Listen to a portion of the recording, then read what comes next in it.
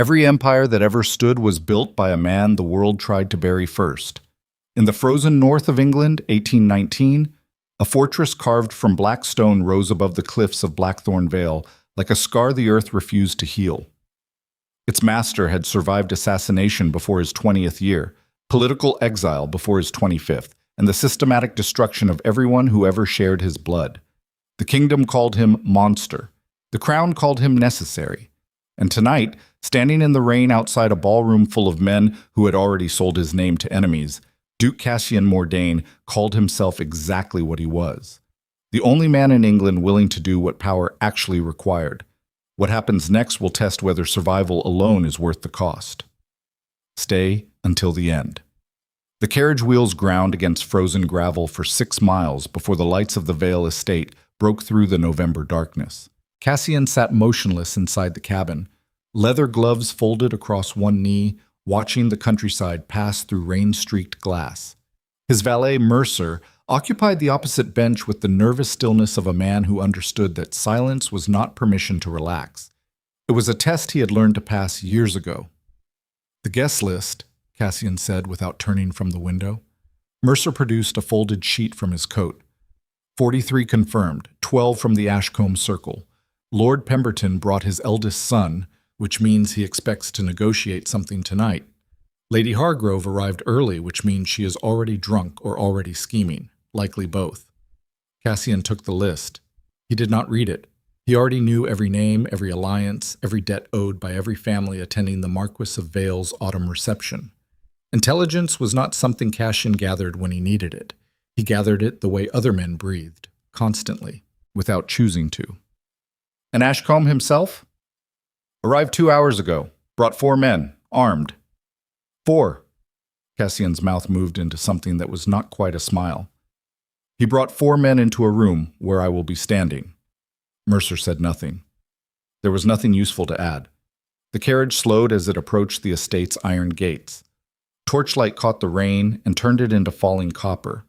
Beyond the gates, the Vale Manor glowed with candlelight behind tall windows, music leaking through stone walls into the wet darkness outside. It was the kind of beauty that existed only because someone was bleeding to pay for it. Cassian knew that arithmetic intimately. The Marquis of Vale had hemorrhaged money for 3 consecutive years. His mines produced nothing.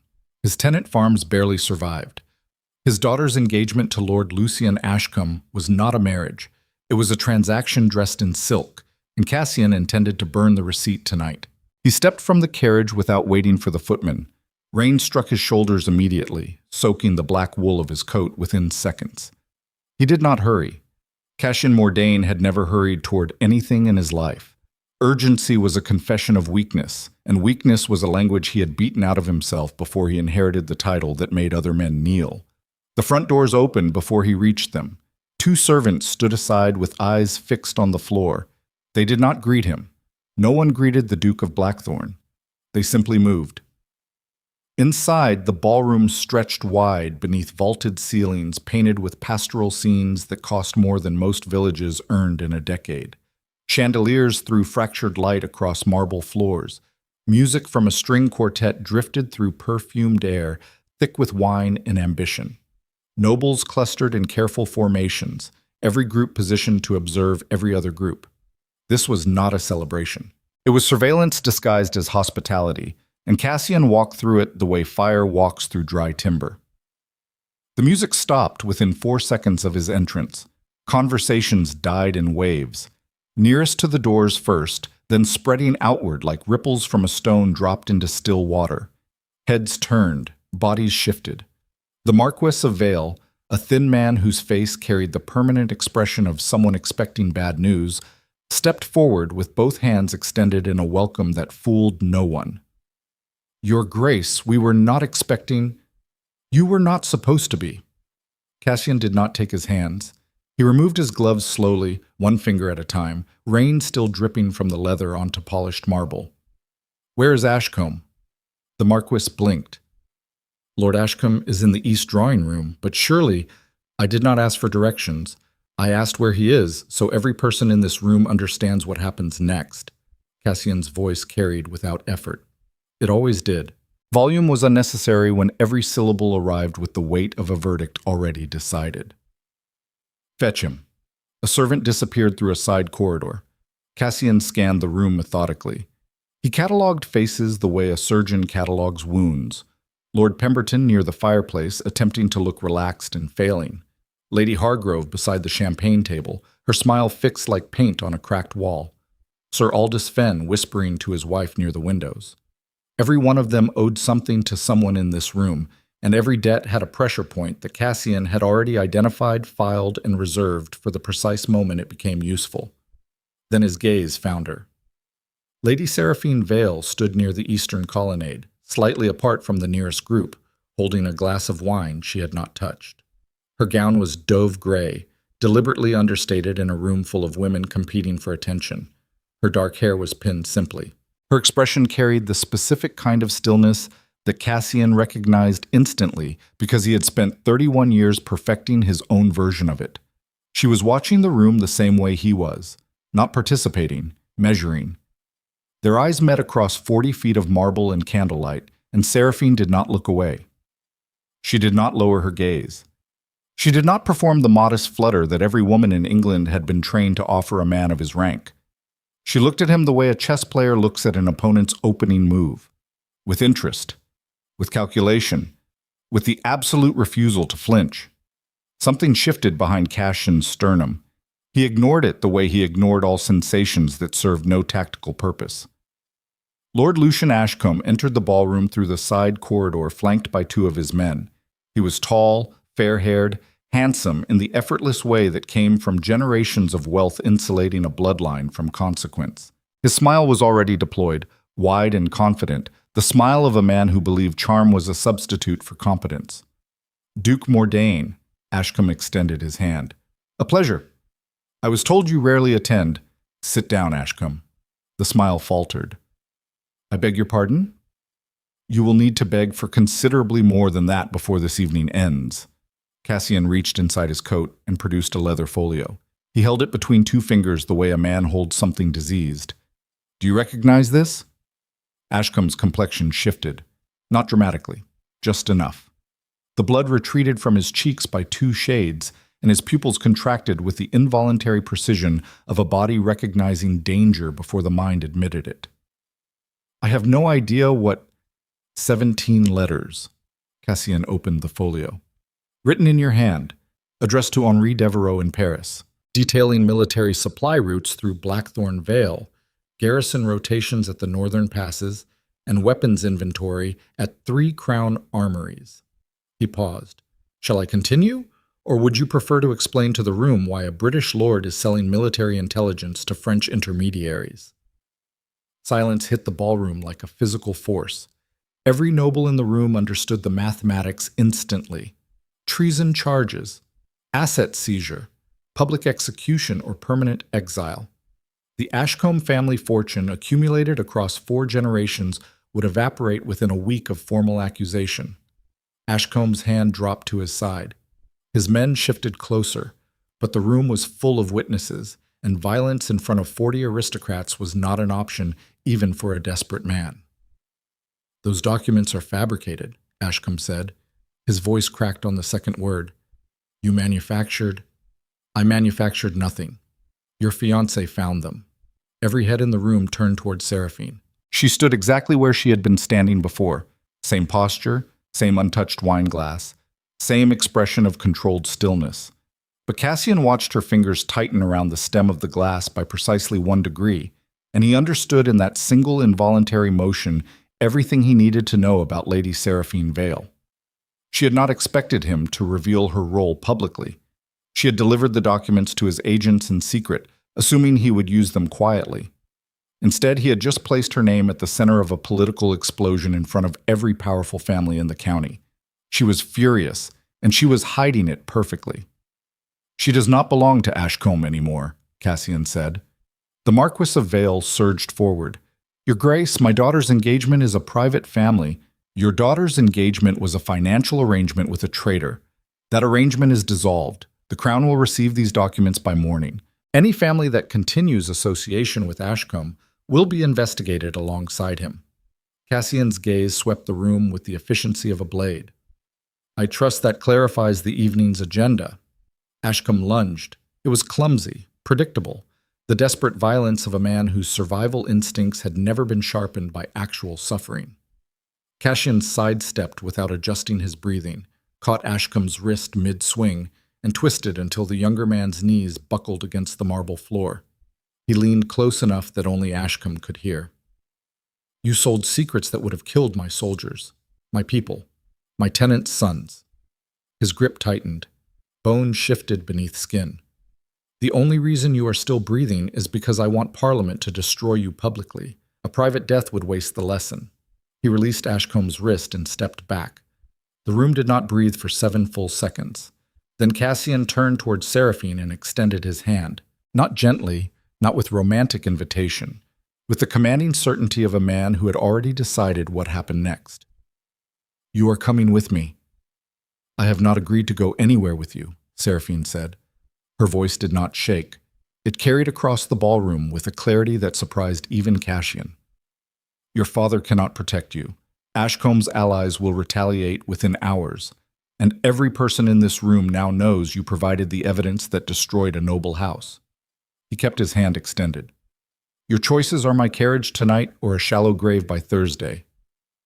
You could have kept my name out of this. I could have. Then why didn't you? Cassian studied her face. Candlelight caught the sharp architecture of her cheekbones, the controlled fury behind her dark eyes. The jaw set against everything she wanted to say, but had disciplined herself not to. She was not beautiful in the way courts measured beauty. She was beautiful the way a loaded weapon is beautiful, functional, precise, dangerous when underestimated. Because anonymity would have kept you safe from Ashcombe's friends, he said, but it would have left you invisible. Invisible women in this world do not survive. They are consumed. The answer unsettled her. He could see it in the micro-tension along her shoulders, the brief hesitation before she straightened her spine and lifted her chin. Seraphine set her wine glass on the nearest table. She did not take his hand. She walked past him toward the ballroom doors, her gray gown moving through the stunned crowd like smoke through still air. She stopped at the threshold and turned back. If you are lying to me, I will find a way to destroy you that even you have not imagined. Cassian's expression did not change, but something behind his eyes shifted, something that looked almost like recognition. I would expect nothing less. They left the Vale estate together, and by the time the carriage disappeared into the November rain, the ballroom had already begun its real function. Whispers, alliances reforming, loyalties recalculating. The political map of northern England had just been redrawn in blood and candlelight, and every family present understood that the Duke of Blackthorn had not simply exposed a traitor tonight. He had claimed something far more dangerous, a woman who was not afraid of him. The journey to Blackthorn Fortress took 3 hours through roads turned to mud by relentless rain. Seraphine sat across from Cassian inside the carriage, her back rigid against the seat, watching darkness slide past the windows. Neither spoke for the first 40 minutes. The silence was not comfortable. It was loaded the way a cannon is loaded, packed tight with pressure and waiting for the slightest vibration to release everything inside. Seraphine broke first. Not from weakness, from strategy. You planned this for months. Cassian's eyes remained on the darkness outside. Longer. The documents. You knew about Ashcombe's letters before I found them. I knew about them before he wrote them. The words landed like cold water. Seraphine's fingers curled against the seat leather. Then you did not need my discovery at all. You used me as the delivery mechanism to make the accusation untraceable back to your own agents. Correct. And exposing my name publicly was not protection. It was positioning. You needed the aristocracy to see a Vale daughter standing against an Ashcombe heir, a woman from a ruined house choosing Blackthorn over her own engagement. You weaponized me before I ever stepped into your carriage. Cassian finally turned from the window. His gaze carried no apology, no embarrassment, just the flat, measuring attention of a man who had spent his entire life calculating human behavior and rarely encountered someone who calculated back. Yes. And you think honesty excuses manipulation? I think manipulation without honesty is cowardice. I used you. I am telling you I used you. What you do with that information determines whether you are useful or merely clever. Seraphine's jaw tightened. Useful. That is what I am to you. Right now, yes. Everything begins as transaction, Lady Vale. Even trust. He leaned forward slightly, elbows on his knees, hands loosely clasped. In the dim carriage lamplight, the scar along his left jaw caught shadow and turned his profile into something carved rather than born. But I will tell you something that I have told no one else in my adult life. I did not expect you to find those letters yourself. My agents were supposed to plant them where your maid would discover them. You found them 3 weeks ahead of schedule because you were already investigating Ashcombe on your own. Silence. That, Cassian said quietly, was not part of my calculation, and I do not enjoy being surprised. Good, Seraphine said. Get used to it. Blackthorn Fortress appeared through the rain like a living thing exhaling darkness. Its towers rose above the cliff edge, black stone glistening under torchlight that lined the outer walls in rows of amber fire. The gates opened before the carriage reached them. Guards stood at attention without command. Every mechanism of arrival was rehearsed, oiled, perfected into a machine that ran on discipline and fear.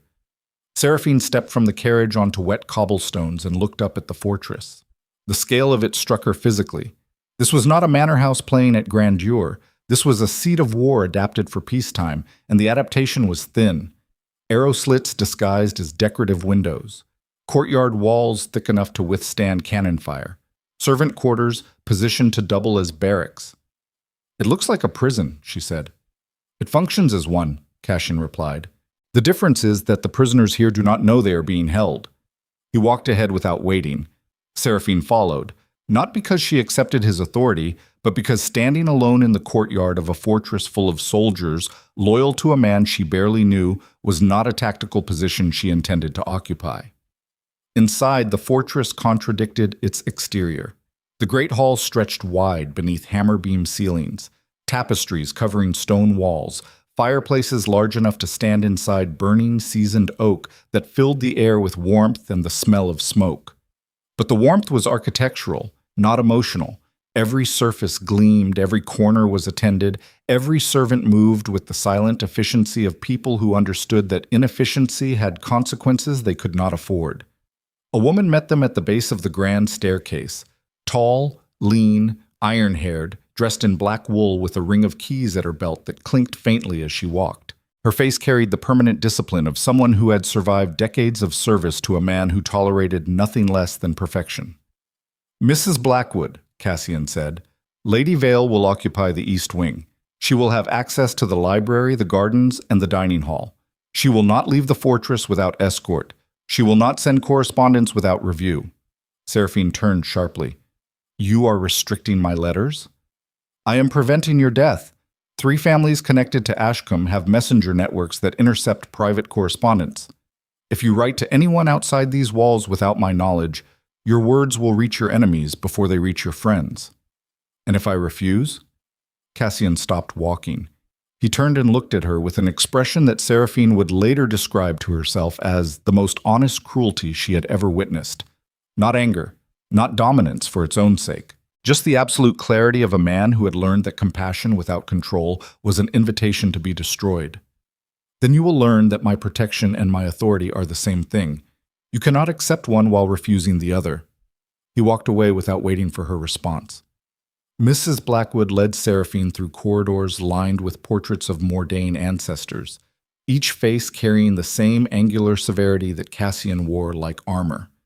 The east wing was elegant but isolated. Thick doors, heavy curtains, a bedroom with a view of the cliffs that dropped into the sea 300 feet below. Will you need anything else tonight, my lady? Mrs. Blackwood asked. Information, Seraphine said. How many people in this fortress answer to someone other than the Duke? Mrs. Blackwood's expression did not change, but her eyes sharpened with something that might have been respect or might have been warning. Everyone answers to the Duke, my lady. The question you should be asking is how many of them wish they did not. She left without another word. Seraphine stood alone in the candlelit bedroom and listened to the rain hammering against the windows. Below, the sea crashed against Blackthorn's cliffs with a violence that vibrated through the stone floor beneath her feet. She was trapped inside a fortress controlled by a man who had already demonstrated his willingness to use her as a weapon in political warfare. But he had also demonstrated something else. He had told her exactly what he was doing and why. No flattery, no seduction, no comfortable lies wrapped in gentlemanly manners. Just the raw mechanics of power laid bare like an open wound. Every man Seraphine had ever known disguised their manipulation behind charm. Cassian Mordain disguised nothing. He simply decided, acted, and dared the world to object. That honesty was more dangerous than any lies she had ever been told. Over the following weeks, Seraphine mapped Blackthorn Fortress the way a cartographer maps hostile territory. She memorized servant schedules. She noted which guards changed position and when. She cataloged the visitors who arrived through the side gates after dark, the couriers who came and went at irregular hours, the locked rooms that Mrs. Blackwood's keys did not open. And she watched Cassian. She watched him conduct business at the long table in his study, dismantling political opponents with correspondence that read like surgical instruments. She watched him interrogate a merchant suspected of inflating grain prices, his questions arriving with the patient, systematic precision of a man who already knew every answer and was simply waiting for the lie. She watched him stand alone on the fortress ramparts at dawn, staring north toward nothing, his coat open to the wind, his face carrying an expression she had never seen him wear in front of another human being. Exhaustion. Not physical, something deeper. The specific weariness of a man who had been at war so long he had forgotten what peace felt like. One evening, 3 weeks after her arrival, Seraphine entered the library and found Cassian standing before the fireplace reading a letter. His face was composed, but the hand holding the paper trembled by a fraction that no one else in the fortress would have noticed. "Bad news?" she asked. "All news that arrives after midnight is bad." He folded the letter and placed it inside his coat. "Lord Pemberton has formally joined the coalition against me. He controls 3 seats in Parliament and the largest private armory in the north. Pemberton is a coward. He joined because someone more powerful told him to." Cassian looked at her. The firelight carved shadows beneath his cheekbones, turning his face into something that belonged on a cathedral wall. "Not a saint. One of the damned. You have been here 3 weeks, and you already understand northern politics better than men who have spent their lives inside it." "I understand cowards. My father is one. My former fiancé was one. Men who cannot generate their own power attach themselves to whoever holds the most." She sat in the leather chair opposite the fireplace. "The question is not who joined the coalition. The question is who organized it." Cassian said nothing for a long moment. Then he crossed the room and sat in the chair across from her. Not at his desk, where authority lived. Across from her, where conversation happened between equals. "Someone inside this fortress is feeding information to my enemies," he said. "Troop movements, supply schedules, private correspondence. Details that only someone with access to my inner operations could provide." "How long have you known?" 7 months. "And you have not found them?" "No." The admission cost him something. She could see it at the way his shoulders tightened, the way his jaw compressed around the word. Cassian Mordain controlled everything within his reach. Admitting that something had escaped his control was not humility. It was agony. "Why are you telling me this?" Seraphine asked. "Because I have exhausted every method available to me.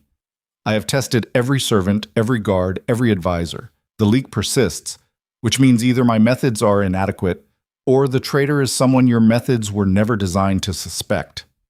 Their eyes met across the firelight. The rain had stopped outside, but the silence that replaced it felt heavier than the storm. "Yes," Cassian said. "Someone close to you, someone whose loyalty you never questioned because questioning it would mean questioning your own judgment." "Yes," Seraphine leaned forward. "Then you need someone whose judgment is not compromised by loyalty, someone who owes you nothing, someone who has every reason to watch this fortress with the eyes of an outsider. Someone like you. Exactly like me." Cassian studied her for a long time. The fire cracked. Wind pressed against the windows. Somewhere deep inside the fortress, a door closed with a sound like a coffin lid settling into place.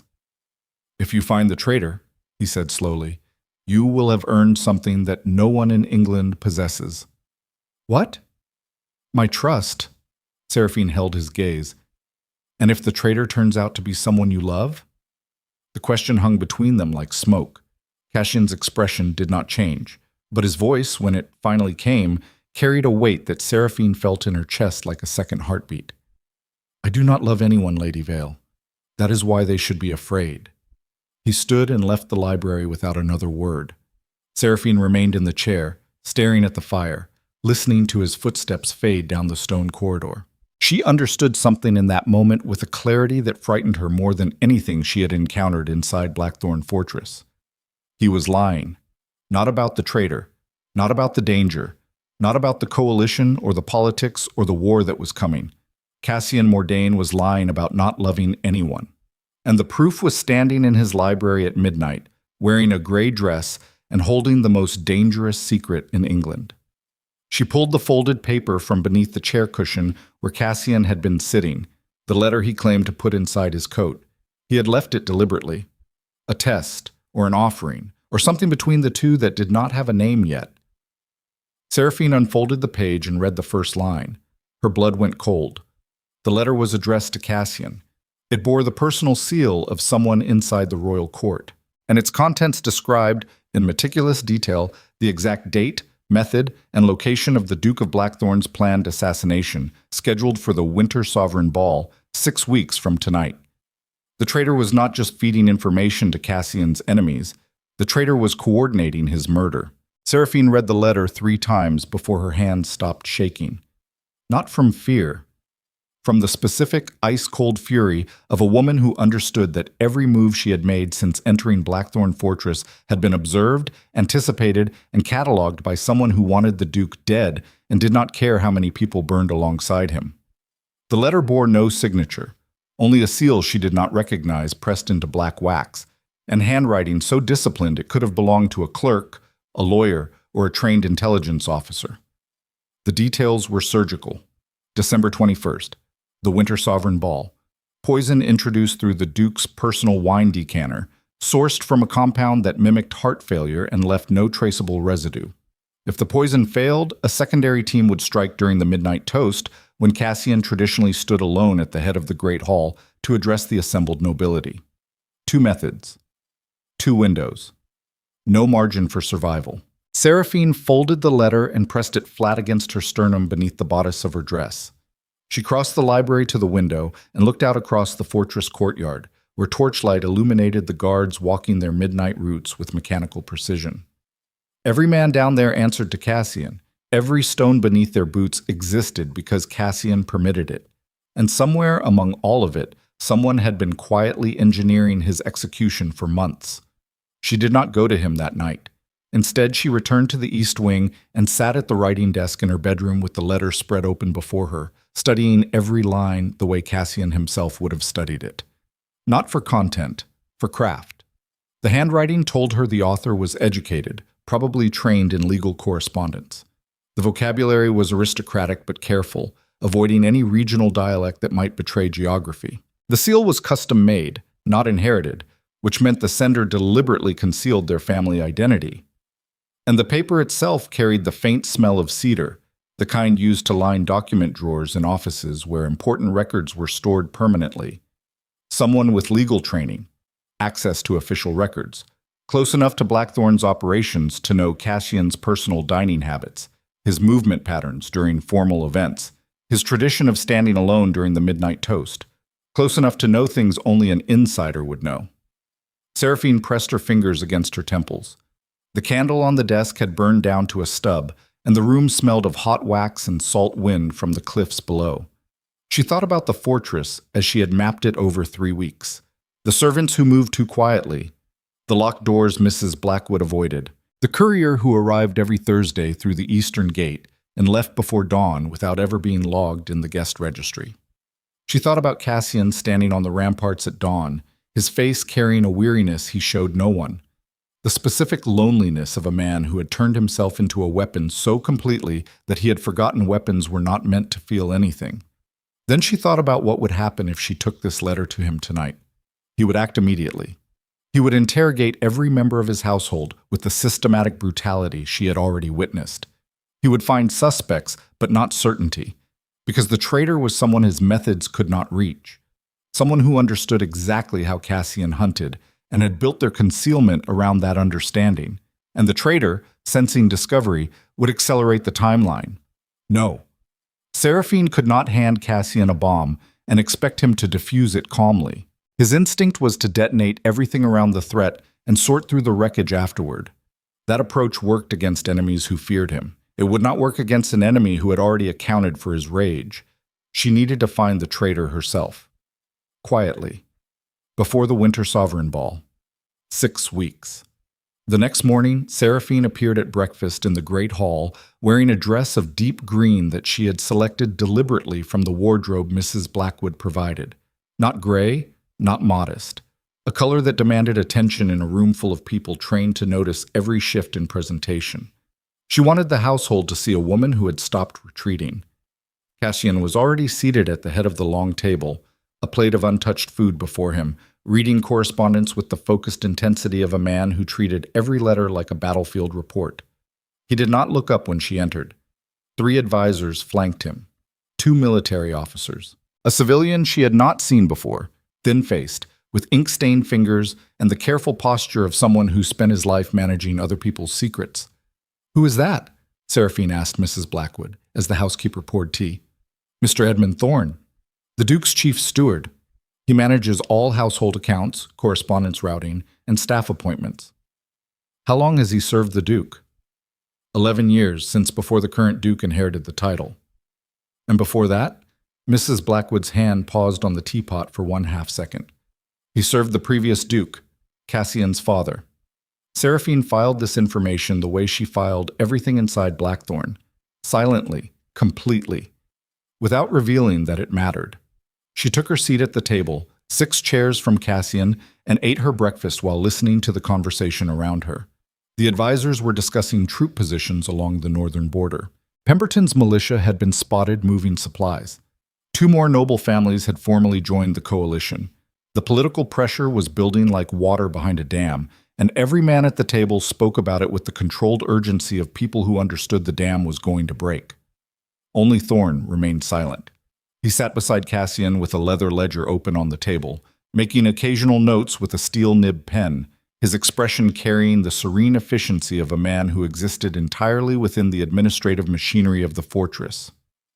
When Cassian asked questions, Thorne answered in precise, clipped sentences that contained exactly the information requested, and nothing more. Seraphine watched him the way Cassian had taught her to watch. Not his words, his body. The angle of his shoulders when Cassian spoke. The rhythm of his pen strokes. The way his eyes moved across the table, cataloging who was present and who was absent with the same methodical attention that Seraphine herself used. After breakfast, Cassian stood and addressed the room without preamble. "Lady Vale will be given access to household accounts effective immediately. She will review all expenditure records from the past 12 months. Silence dropped across the table. Thorne's pen stopped moving. "Your Grace," Thorne said. His voice was level, perfectly controlled. "The household accounts contain sensitive. Lady Vale will review them." Cassian's tone did not change. It did not need to. "Is there a concern, Thorne?" "No, Your Grace." Thorne's pen resumed its motion, but Seraphine, watching from 6 chairs away, saw his left hand flatten against the table surface for exactly 2 seconds before returning to the ledger. A grounding gesture. The involuntary motion of a man absorbing information that disrupted his internal equilibrium. It was not proof. It was not even evidence. It was a single data point stored beside 100 others that Seraphine would collect in the weeks to come. After the advisors dispersed, Cassian caught her arm in the corridor outside the Great Hall. Not roughly, but with the proprietary certainty that characterized every physical gesture he made, as though contact with another person was always a declaration of territory rather than connection. "You read the letter," he said. Seraphine did not deny it. "You left it for me." "I left it to see what you would do. You could have brought it to me last night. You chose not to. Because you would have torn this fortress apart by morning, and the traitor would have gone deeper underground." Cassian's grip on her arm did not tighten, but something shifted behind his eyes. A recalculation happening in real time, adjusting his model of who she was and what she was capable of. What do you intend to do instead? Find them quietly, without alerting them, without your interrogation methods, which the traitor has clearly studied and built defenses against. You think subtlety will succeed where force has failed. I think subtlety is the only weapon you have never tried, because you have never trusted anyone enough to wield it on your behalf. The corridor was empty. Morning light from the high windows fell across the stone floor in pale geometric patterns. Dust moved in the light. Somewhere deep in the fortress, a door opened and closed with a sound like a held breath finally released. Cassian released her arm. 6 weeks, he said. The ball is December 21st. If you have not identified the traitor by then, I will handle it my way. Your way will get you killed. My way has kept me alive for 31 years. Your way has kept you alive because until now, no one close to you was smart enough to be the threat. Seraphine stepped closer, not with seduction, with the aggressive certainty of a woman delivering a diagnosis. Whoever wrote that letter knows how you think, how you react, how you punish. They have watched you operate for years and built their plan around every instinct you rely on.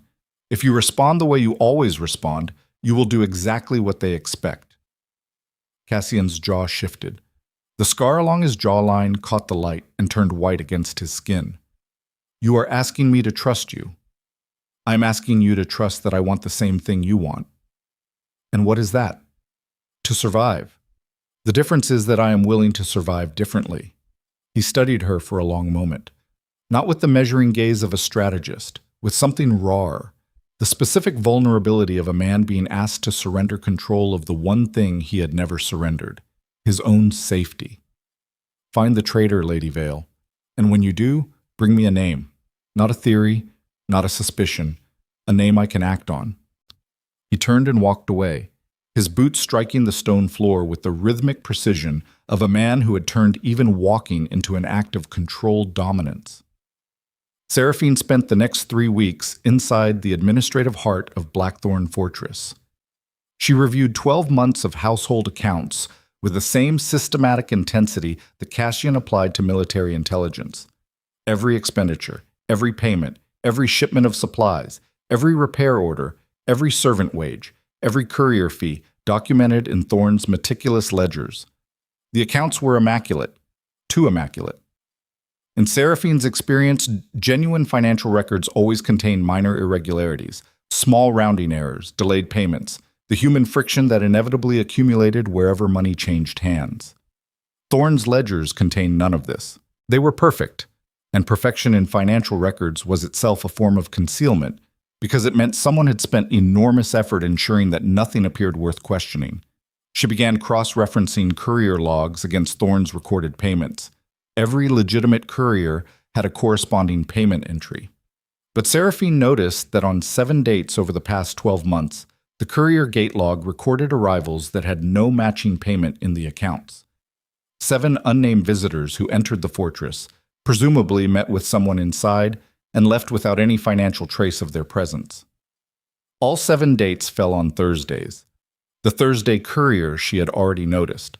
Seraphine brought this discovery not to Cassian, but to the one person in the fortress whose loyalty she believed she could verify independently, Mrs. Blackwood. She found the housekeeper in the linen stores, a vast room beneath the east wing where sheets and tablecloths were stacked in military rows and smelled of lavender and iron. "I need to know something," Seraphine said, "and I need you to understand that I am not asking casually." Mrs. Blackwood set down the inventory sheet she was holding. "Ask." "The Thursday courier, the one who comes through the eastern gate. Who does he meet?" Mrs. Blackwood's expression did not change. Her body did not move, but her breathing altered by exactly 1 beat, the way a heartbeat skips when the body recognizes danger before the mind processes it. "Mr. Thorne receives all couriers personally. All couriers are logged and paid through the household accounts. This one is not, which means either Thorne is receiving private correspondence outside the Duke's knowledge, or someone else in this fortress is using the Thursday arrival as cover for unauthorized contact." Mrs. Blackwood looked at Seraphine for a long time. The linen room was silent except for the wind pressing against the narrow windows and the distant crash of waves against the cliffs below. There are things in this fortress that I have learned not to question, my lady, because questioning them is dangerous, because the answers have consequences I am not prepared to manage. Mrs. Blackwood picked up the inventory sheet again. Her hands were steady, but Seraphine noticed the paper trembled slightly at the edges. I have served this household for 23 years. I served the old Duke. I watched his son grow into the man who now controls this fortress, and I have watched things happen within these walls that I recorded in my memory and nowhere else, because writing them down would have been a death sentence. What kind of things? The kind that involve locked rooms, late-night visitors, and servants who asked the wrong questions and were reassigned to positions far from the fortress within 48 hours. Mrs. Blackwood met her gaze. I am loyal to Duke Cassian, but loyalty does not require blindness, and I have seen enough to know that the threat to his life does not come from outside these walls. You know who the traitor is? I know what I have observed. I do not know what it means. There is a difference, and in this fortress, that difference can keep you alive. Tell me what you have observed. Mrs. Blackwood set the inventory sheet down again. She folded her hands at her waist. Her voice dropped to a register barely above the sound of the wind. 3 months ago, I found a letter in Mr. Thorne's office. I was not searching his quarters. I was retrieving a set of household keys he had borrowed. The letter was partially concealed beneath a blotter on his desk. I saw only the first line before I replaced it exactly as I found it. What did the first line say? It said, "The compound will be undetectable in red wine at concentrations above 4 grains." The words fell into the room like stones into deep water. Seraphine felt her pulse accelerate, but she kept her breathing controlled. Visible reaction was currency in this fortress, and she could not afford to spend it. You did not report this to the Duke. I reported it to no one, because Mr. Thorne has served this household since before the current Duke was born. He managed the old Duke's affairs. He oversaw Cassian's education, his correspondence, his introduction to political life. If I had accused him without proof, the Duke would have dismissed my suspicion, and Thorne would have learned that someone was watching him. And then you would have been reassigned. Or worse. Seraphine pressed her hands flat against the table between them. The wood was cold beneath her palms. Mrs. Blackwood, I need access to Thorne's private office, not his public desk in the administrative wing, the room he uses after hours. That room is locked with a key Thorne carries personally. Then I need you to create a reason for him to be elsewhere while I find another way inside. Mrs. Blackwood studied her. The housekeeper's face was a landscape carved by decades of service, in a house where error meant exile and curiosity meant danger. She had survived by seeing everything and saying nothing. What Seraphine was asking her to do was the opposite of every survival instinct she had developed. The Duke trusts you, Mrs. Blackwood said finally. I have watched him.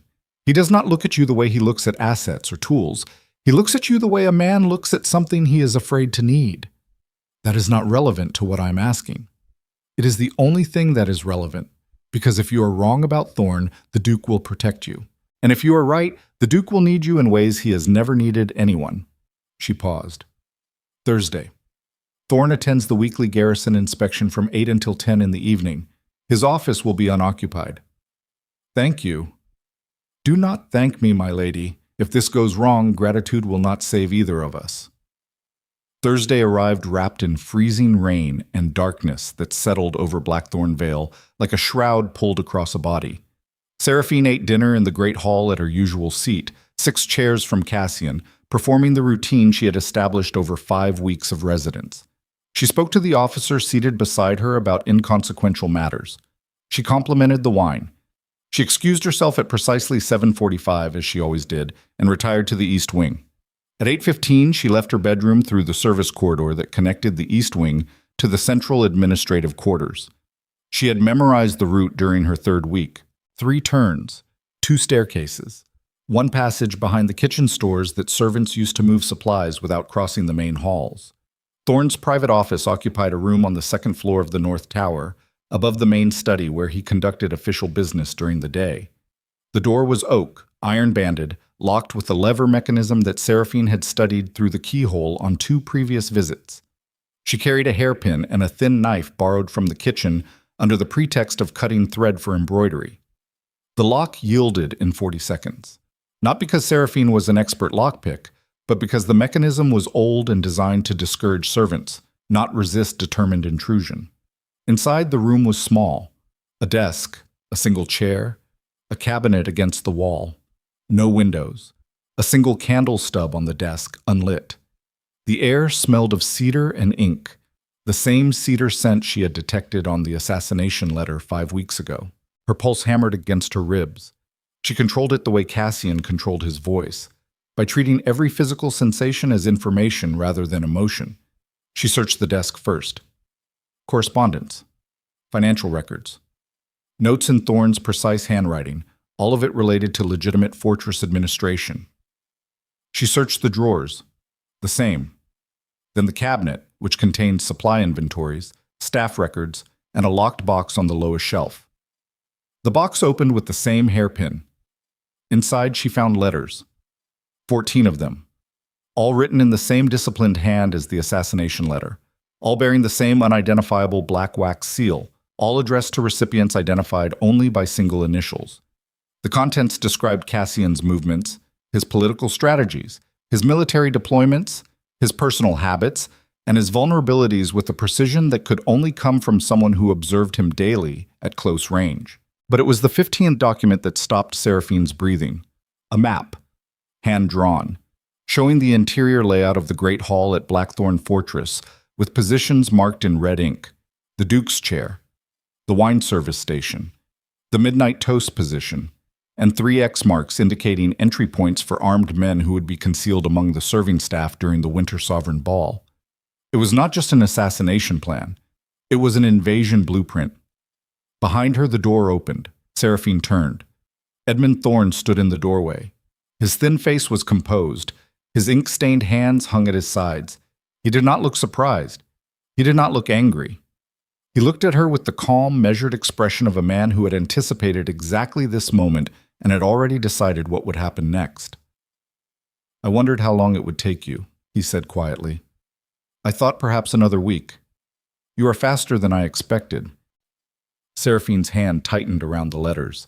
The knife from the kitchen was in her sleeve. But Thorne was between her and the only exit, and the walls of the North Tower were thick enough to swallow any sound she made. "You have 2 choices, Lady Vale." Thorne closed the door behind him. The lock engaged with a sound that echoed through Seraphine's chest like a second heartbeat stopping. "You can bring those documents to the Duke tonight and watch him destroy everything in this fortress, trying to reach the people I answer to. People who are more powerful than he knows. People who will burn Blackthorn to its foundations and everyone inside it if they feel threatened." He took 1 step forward. "Or you can put those letters back in that box, walk out of this room, and forget what you found. I will ensure the plan changes. The Duke will survive the ball, and no one will ever know you were here." "You expect me to trust the word of a man who has been planning to murder the person he has served for 11 years. I expect you to understand that I am not the architect of this, Lady Vale. I am a mechanism. The people who designed this are beyond my ability to stop and beyond Cassian's ability to reach. The only variable I can control is how many people die when this collapses. And right now the number is either 3 or 300. That choice is yours." Somewhere below them, boots struck stone as the garrison inspection patrol passed beneath the North Tower. Seraphine heard the rhythm of their steps and counted the seconds until silence returned. Her mind ran calculations at a speed that would have impressed even Cassian, weighing every variable, every risk, every possible outcome of the next 60 seconds. Then she made her decision. She put the letters inside her dress, pressed the knife flat against her forearm beneath the sleeve, and looked Edmund Thorne directly in the eyes with the same unflinching clarity she had shown the Duke of Blackthorn the night he tried to command her into his carriage. "You said I have 2 choices. You are wrong. I have 3. She moved toward the door. Thorne did not step aside. "The 3rd choice," Seraphine said, "is that I walk out of this room with everything I found, I bring it to the Duke, and I stand beside him while he burns your masters to the ground, not because I trust him to win, but because I would rather die inside an honest fire than survive inside your quiet little cage." Thorn studied her. His expression shifted for the first time since entering the room. Not fear. Something closer to grief. "Then you have killed us all," he said softly. He stepped aside. Seraphine walked through the door, down the corridor, and into the central hall of Blackthorn Fortress with 14 letters and a hand-drawn invasion map pressed against her skin. The fortress was quiet. Torchlight flickered across stone walls. The guards changed shift without noticing the woman in the green dress moving through the shadows toward the Duke's private study. She did not knock. She pushed the door open and found Cassian standing at the window, staring out at the black ocean, his coat off, his shirt sleeves rolled to the elbows, a glass of whiskey untouched on the desk beside him. He turned when the door opened. His expression shifted from irritation to attention the instant he saw her face. Seraphine placed the letters on his desk. "The traitor is Edmund Thorn. He has been feeding your enemy's intelligence for at least 12 months. He knows about the assassination plan because he helped design it. And the people he works for are not the coalition families. They are someone else. Someone he says you cannot reach." Cassian looked at the letters. He did not touch them. He looked at them the way a man looks at the wound that finally proves the pain was real. Then he looked at Seraphine. "He let you leave." "Yes." "Which means he wanted you to bring this to me. Which means this discovery is part of their plan." Cassian's voice was low, steady, and carrying a vibration that Seraphine had never heard from him before. Not anger, not shock. The specific tremor of a man whose deepest operating assumption about his own world had just been proven catastrophically wrong. "Thorn has been with me since I was a boy. He taught me how to read contracts. He stood beside my father's coffin. He was the first person I trusted with the administration of this fortress." "I know." 11 years. 11 years he sat across from me and performed loyalty while constructing my destruction." "I know." Cassian picked up the whiskey glass. He did not drink. He held it between his fingers and stared at the amber surface as though trying to find something reflected there that no longer existed. "You asked me once what would happen if the traitor was someone I loved." His voice came from somewhere deep inside his chest, pushed upward through layers of control that were cracking for the first time since Seraphine had known him. "I told you I did not love anyone." "You were lying." "I was surviving." He set the glass down. When he looked at her again, his eyes carried something she had never seen in the Duke of Blackthorn. Not weakness, not vulnerability in the way poets described it, something more dangerous. The raw, unguarded recognition of a man who had just discovered that the wall he built around himself had a door he never knew existed, and someone had walked through it while he was looking the other direction. "You went into that room alone," he said. "You confronted a traitor without protection, without my knowledge, without any guarantee of survival. I made a judgment call. You made a choice. There is a difference." He stepped closer, not with command, with something that looked almost like fear translated into motion. "Why did you not run?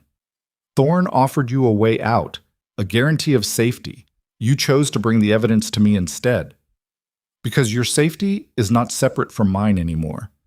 That stopped being true weeks ago, and you know it." The words landed in the space between them and stayed there, vibrating like a struck bell. Cassian reached out and pressed his hand flat against the stack of letters on the desk. His palm covered Thorn's handwriting, Thorn's betrayal, 11 years of manufactured trust reduced to paper and ink beneath his fingers. "The ball is in 10 days, he said. "They expect me to react with force. They expect arrests, interrogations, military lockdown. They have prepared for every version of the Duke they have studied for a decade. Then do not give them the Duke they studied." "What do you suggest?" Seraphine moved to the desk and spread the invasion map across the surface. Red ink marked the kill positions. 3 entry points, 2 methods. No margin for survival unless the entire architecture of the trap was turned against its builders. "Let the ball proceed exactly as planned," she said. "Let Thorn believe his confession changed nothing.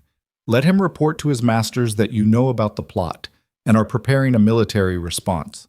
Let them commit their resources to countering the reaction they expect." "While we do what?" Seraphine looked up from the map. Candlelight caught her face at an angle that stripped away every layer of composure she had worn since the night she entered Blackthorn Fortress. What remained was not beauty, not strategy, not performance, just the absolute unbreakable will of a woman who had decided that the man standing across from her was worth the war that was coming. While we give them the Duchess, they never saw coming. Cassian held her gaze. The candle flame reflected in his eyes. Outside, the sea threw itself against the cliffs with a violence that shook the fortress walls. Inside, two people who had spent their entire lives trusting no one stood on opposite sides of a desk covered in evidence of betrayal and made the only decision that mattered. They chose each other. And in that choice, the Duke of Blackthorn crossed a line that no amount of power, strategy, or ruthlessness could ever undo. He handed control of his survival to someone other than himself. For a man who had built his entire existence on the principle that trust was a weapon only fools surrendered, it was not a romantic gesture. It was the point of no return. 10 days dissolved like frost under a blade. Seraphine spent every one of them rebuilding the architecture of the Winter Sovereign Ball from the inside, converting Cassian's grandest tradition into a trap designed to catch the people who had designed it as his coffin. She worked from the map she had stolen from Thorn's office, memorizing every kill position, every entry point, every blind spot where armed men could move undetected among servants and guests. She reassigned serving routes. She adjusted table configurations. She repositioned the wine service station 12 feet from its traditional location, far enough to invalidate the poisoning plan, but close enough that the change appeared cosmetic rather than strategic. Cassian watched her work with the unsettled focus of a man witnessing a capacity he had never encountered in another person. Not intelligence.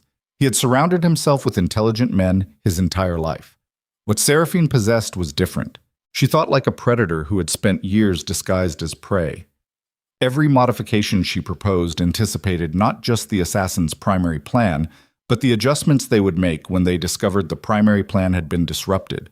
She built contingencies for contingencies, and she did it with the quiet, systematic patience of someone who understood that survival was not a single decision, but 1,000 small ones executed without error. Meanwhile, Thorn continued his duties as if nothing had changed. That was the part that carved deepest into Cassian's composure.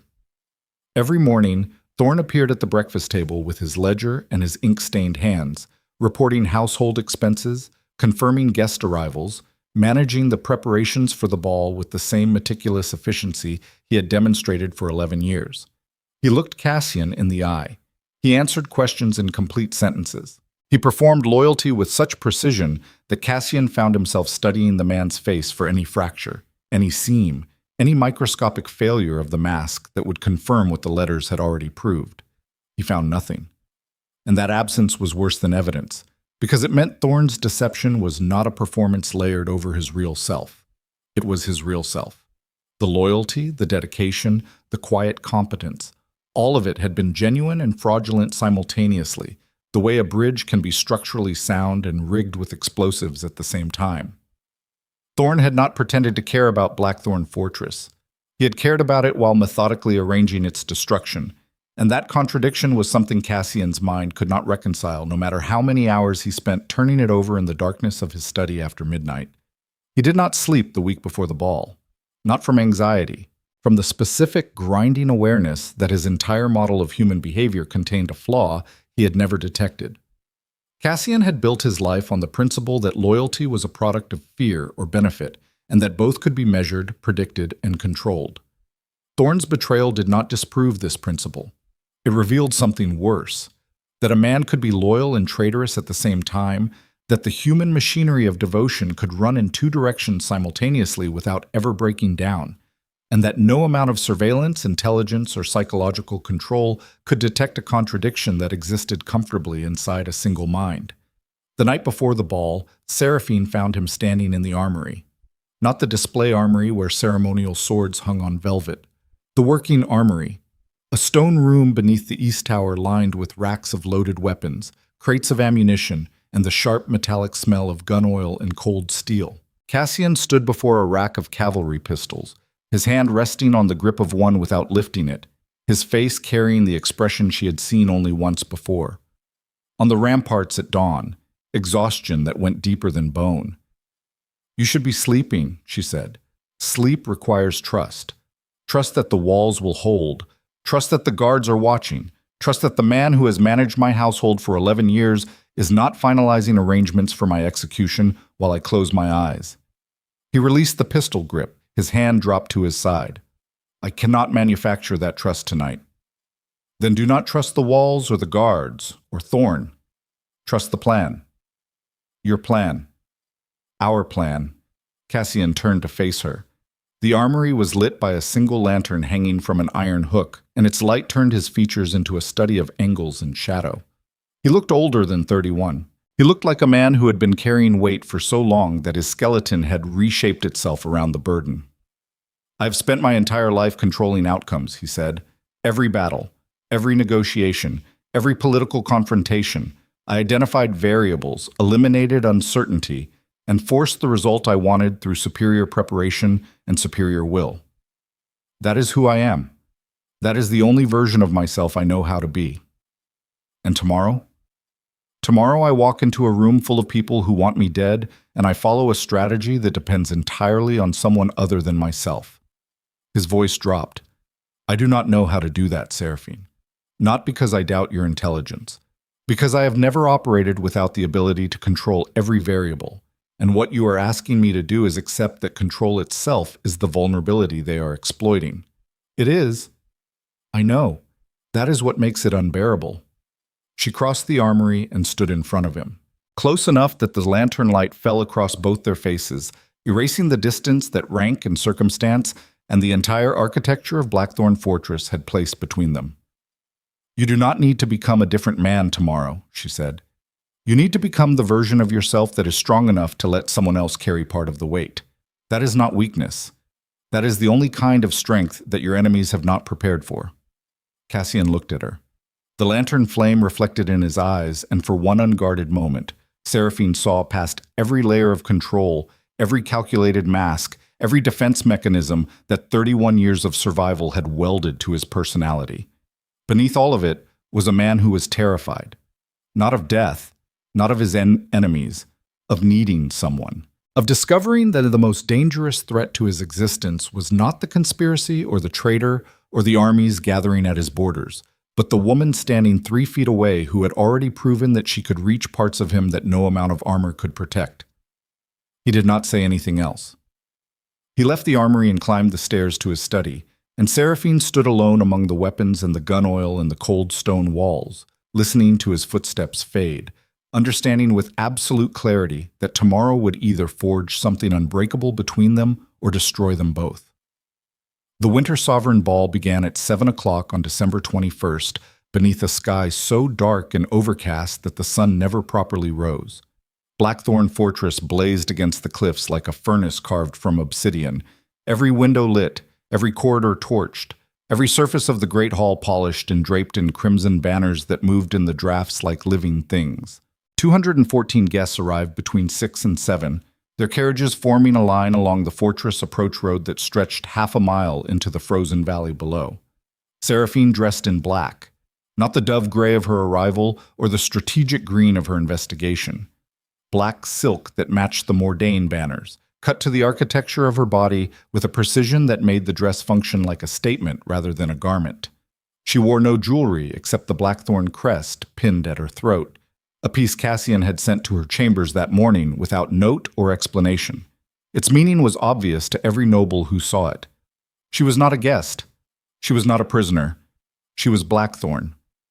She descended the grand staircase at 6:55 and took her position at the entrance to the Great Hall, greeting guests with the composed authority of a woman who had been managing aristocratic warfare since before she could read. Every smile she offered was calibrated. Every handshake contained a measurement. She catalogued faces, noted who arrived together, identified which guests avoided eye contact and which made too much of it. Thorn stood at his usual station near the service corridor, ledger in hand, directing servants with the quiet efficiency that had defined his tenure. He glanced at Seraphine once as she passed. His expression betrayed nothing. A machine running on schedule. Cassian entered the Great Hall at 7:15, and the room reorganized itself around him the way iron filings reorganize around a magnet. He wore black, military cut. No decoration except the signet ring on his left hand that had been worn by every Duke of Blackthorn for 6 generations. He moved through the crowd without speaking, his presence alone sufficient to redirect conversations, alter body language, and compress the ambient noise into something lower and more guarded. He reached Seraphine and stopped beside her without looking at her. "The serving staff," he said quietly. "Third rotation. 2 men I do not recognize." "I know. They were added to the roster yesterday. Thorn approved them." "The assassins?" "2 of 3. The third will enter during the midnight toast through the kitchen corridor behind the musicians' gallery." "And the poison?" "Already in the decanter. I had it replaced with an identical vessel containing unaltered wine at 4 o'clock this afternoon. The poisoned decanter is in Mrs. Blackwood's custody." Cassian's jaw tightened. He scanned the room with the methodical attention of a general surveying a battlefield he had already decided to win. But Seraphine saw the tension in his shoulders that had nothing to do with strategy. It was the physical manifestation of a man forcing himself to follow a plan he did not control, trusting movements he did not direct, accepting vulnerability as a tactical position instead of a fatal flaw. The ball proceeded through its choreographed stages. Music, wine, conversation that functioned as intelligence exchange, dancing that served as territorial display. Seraphine moved through it all with the fluid precision of someone operating inside a mechanism she had helped design, adjusting positions, redirecting attention, ensuring that every piece of the evening's architecture remained aligned with the trap she had built. At 11:45, she positioned herself near the eastern colonnade where she had stood the first night Cassian entered the Vale ballroom. The symmetry was deliberate. She wanted Thorn to see her standing in the same place, wearing Blackthorn's crest, occupying the exact spot where the Duke had first identified her as something worth claiming. She wanted the steward to understand that the woman he had underestimated was the one who had dismantled his operation. The midnight toast approached. Cassian moved to the head of the great hall as tradition demanded. He stood alone. 200 pairs of eyes turned toward him. The string quartet fell silent. Crystal glasses rose throughout the room, catching candlelight like a constellation of tiny fires. In the service corridor, 2 unfamiliar servants adjusted their positions. Behind the musicians' gallery, a third figure emerged from the kitchen passage. Seraphine felt her heartbeat accelerate. She counted the seconds, measured distances, tracked the movement of every body in the room against the map she had memorized, until its lines lived behind her eyelids. Cassian raised his glass. "To Blackthorn," he said. His voice carried across the hall with the lethal calm that 200 aristocrats had learned to fear. "And to the enemies who believed they could hide among us." The room froze. Cassian brought his glass to his lips and drank. Then he turned the glass upside down, letting the remaining wine spill across the marble floor in a thin red stream. "Seize them." Guards materialized from positions concealed throughout the hall. Not Cassian's regular soldiers, men Seraphine had recruited from the garrison's intelligence unit during the final week, soldiers who answered to no one in the regular chain of command and whose presence in the ball had been concealed from every member of Cassian's normal staff, including Thorn. The 2 infiltrators in servant uniforms were taken before they reached their weapons. The third, emerging from the kitchen corridor, made it 6 steps into the gallery before a guard drove him to the floor with a force that cracked the marble tile beneath his shoulder. Then Cassian's voice cut through the chaos. "Thorn!" Edmund Thorn stood at his station near the service corridor. His ledger was still in his hand. His posture had not changed, but his face had drained of color so completely that his skin appeared translucent in the candlelight, the underlying architecture of bone and tendon visible through flesh that no longer had blood to sustain it. "Come forward." Thorn closed his ledger. He set it on the nearest table with the deliberate care of a man performing his final act of administrative precision. Then he walked through the silent crowd toward the Duke of Blackthorn, and every step echoed through the great hall like a countdown. He stopped 10 feet from Cassian. The 2 men faced each other beneath the crimson banners and the crystal chandeliers, and 200 aristocrats witnessed the most private destruction they would ever see. The Duke and the man who raised him, separated by 10 feet of marble and 11 years of manufactured loyalty. "How long?" Cassian's voice was level, controlled. But Seraphine, standing 30 feet away, heard the vibration beneath it, the hairline fracture running through bedrock. Since before you inherited the title. My father. You served my father the same way. Your father was a simpler problem. He trusted without verification. You trust nothing, which made the assignment more demanding but the methodology more interesting. Assignment. The word left Cassian's mouth like something rotten. Who sent you? People who understood that Blackthorn's power would eventually threaten the structure that permits all noble houses to function. You were never supposed to become what you became. You were supposed to be manageable. When it became clear that you were not, arrangements were made. You sat across from me for 11 years. You managed my household. You read my correspondence. You stood beside my father's coffin. Yes. Did any of it mean anything to you? Thorn's expression shifted. For the first time since Seraphine had observed him, something broke through the administrative surface. Not guilt. Not remorse. Something more complicated and more devastating. The specific anguish of a man who had lived two contradictory truths simultaneously for so long that he could no longer distinguish between them. All of it, Thorn said. All of it meant something to me. That is why I was effective. Cassian's hand moved to the knife at his belt. His fingers closed around the grip with the automatic precision of muscle memory, and Seraphine saw his pupils contract, his breathing shift, his entire body reorganize itself around the single, primitive impulse that had governed his existence since childhood. Destroy the threat. Eliminate the pain. Convert betrayal into violence and violence into control. Every instinct he possessed screamed at him to act, and for the first time in his life, he stopped. Not because Seraphine told him to, not because strategy demanded it. He stopped because he looked at Thorn's face and recognized something he had never allowed himself to see before.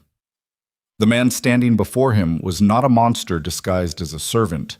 He was a servant who had been turned into a weapon by people who understood that loyalty could be engineered and exploited simultaneously. Thorn had not chosen betrayal over devotion. He had been trapped inside both, the same way Cassian had been trapped inside power and isolation, the same way every person in that room was trapped inside the roles their circumstances had assigned them. Killing Thorn would satisfy the wound. It would not solve the problem. The problem was the system that produced men like Thorn, the invisible architecture of aristocratic power that turned human beings into mechanisms and discarded them when the mechanism malfunctioned. Cassian released the knife. Name them, he said. Every person who gave you orders, every family, every contact, every message route and dead drop and payment method. You will give me the entire network tonight. And if I do, you will live, not free, not forgiven, but alive. And if I refuse, then you will die knowing that everything you built for them dies with you, because the woman standing behind me already has enough evidence to dismantle the network without your cooperation. Your testimony simply makes it faster. Thorn looked past Cassian toward Seraphine.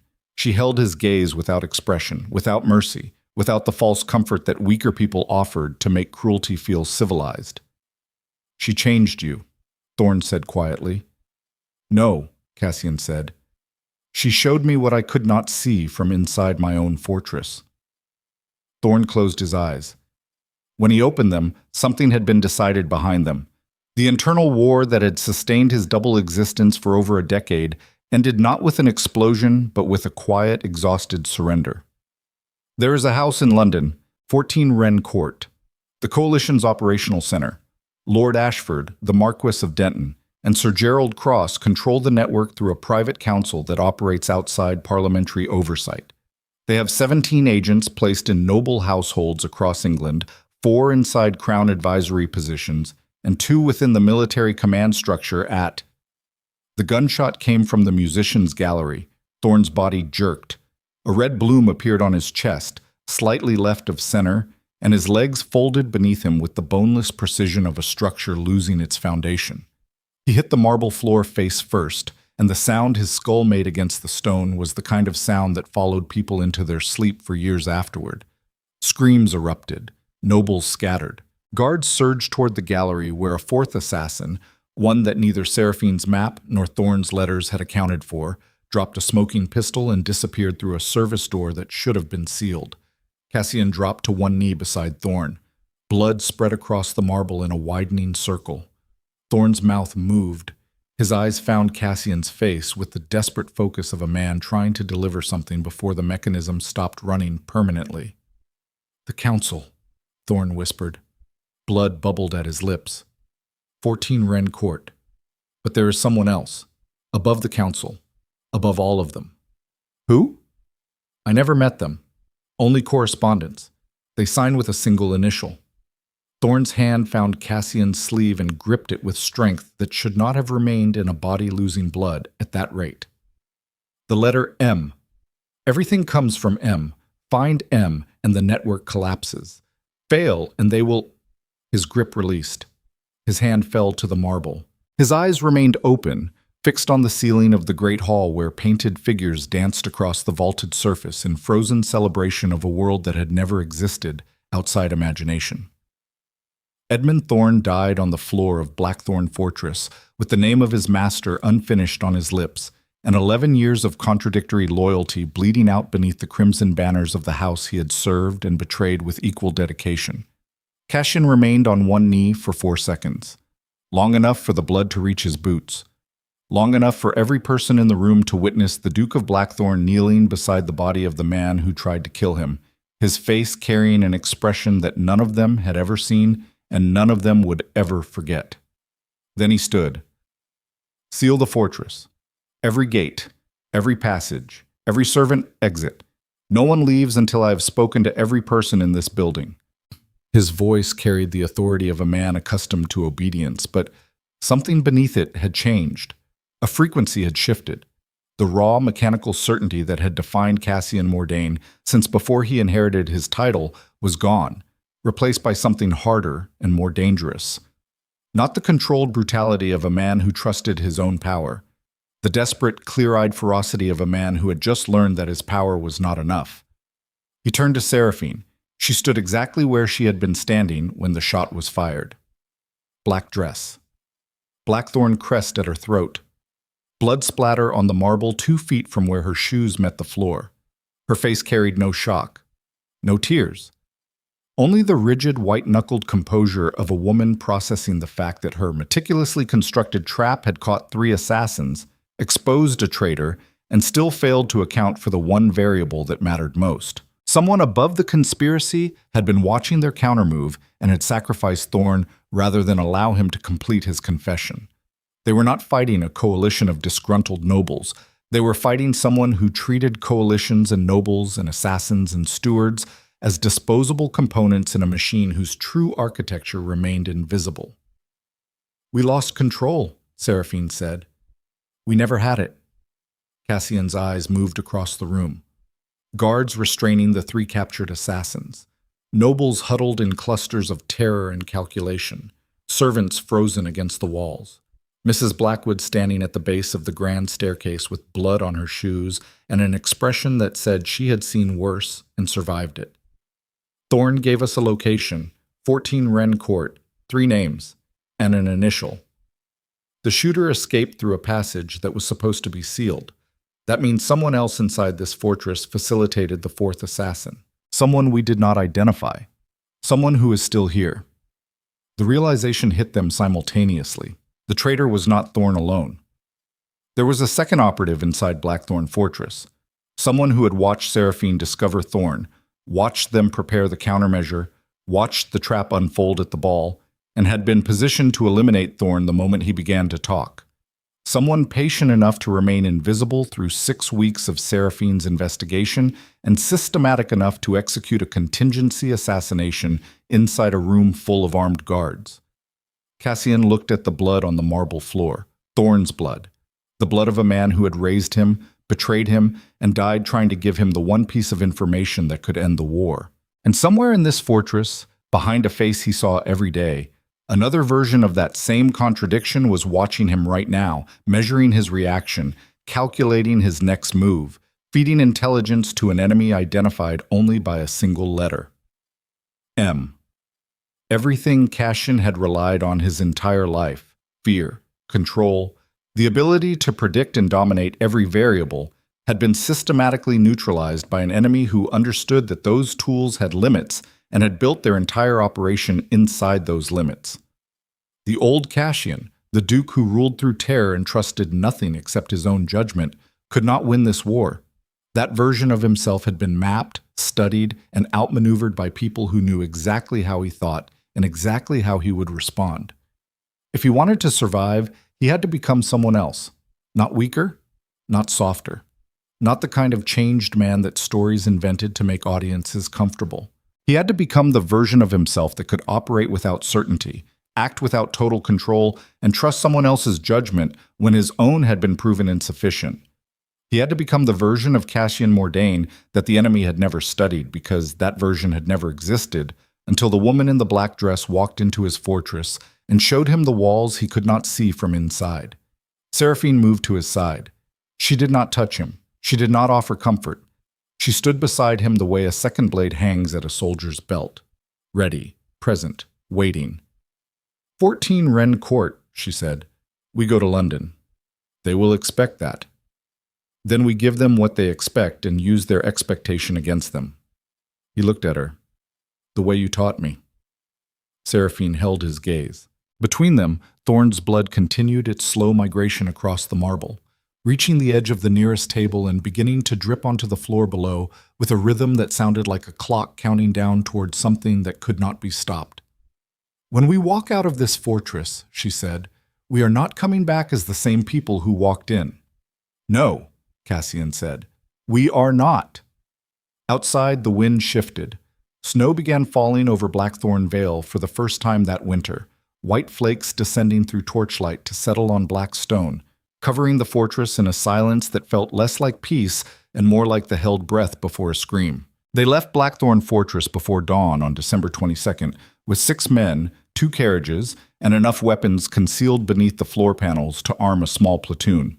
Snow covered the cliff road in a thin white sheet that cracked under the horses' hooves like breaking glass. Behind them, the fortress disappeared into fog and darkness, its black towers swallowed by a winter sky that refused to produce light. Cassian rode in the lead carriage with Seraphine. He had not slept since the ball. His eyes carried the bloodshot sharpness of a man running on fury and calculation instead of rest, and his jaw held the permanent clench of someone who had been grinding his teeth for hours without noticing. The wound from the ball, a shallow cut along his left forearm where he had deflected a blade during the initial seizure of the assassins, had been bandaged by Mrs. Blackwood with the efficient brutality of a woman who treated injuries the same way she treated household inventory. Quickly, completely, without sentiment. Seraphine sat across from him with the 14 letters from Thorn's office spread across her lap, organized by date, cross-referenced against the 3 names Thorn had spoken before the bullet ended his confession. Lord Ashford, the Marquis of Denton, Sir Gerald Cross. 3 men who occupied positions of considerable but not supreme political power, senior enough to coordinate a conspiracy across multiple noble houses, not senior enough to operate without someone above them pulling strings. M. The initial haunted the carriage like a 4th passenger. Ashford controls shipping routes through the eastern ports, Seraphine said without looking up from the letters. Denton holds 3 parliamentary seats and has influence over Crown appointment committees. Cross manages private military contracts with connections to at least 2 foreign governments. I know who they are. You know who they were. Before tonight, they were political adversaries operating within normal aristocratic competition. After Thorn's death, they are conspirators who will know that their network has been compromised and that we are coming for them. The men we find at 14 Wren Court will not be the same men you have dealt with across negotiation tables. Cassian turned from the window. What will they be? Cornered. And cornered men with power and resources are the most dangerous variable in any conflict, because they stop calculating long-term survival and start calculating how to inflict maximum damage before they fall. The carriage hit a rut in the frozen road and lurched sideways. Seraphine's letters scattered across the seat. She gathered them without hurry, her fingers sorting pages with the muscle memory of a woman who had spent weeks living inside these documents until their contents became an extension of her own nervous system. There is something else, she said. The 4th assassin, the one who shot Thorn. He used a passage that was sealed by my security modifications 3 days before the ball, which means someone unsealed it after my inspection and before the event. The second operative.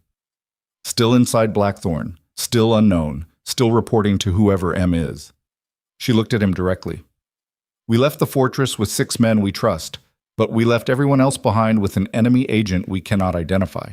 If M decides that Blackthorn itself is the target while we are in London, we will return to rubble. Mrs. Blackwood has instructions. The garrison commander reports to her directly in my absence. Mrs. Blackwood is capable, but she does not know there is a second operative. She is defending against external threats while the internal one moves freely. Cassian's hand found the armrest and gripped it until the leather creaked.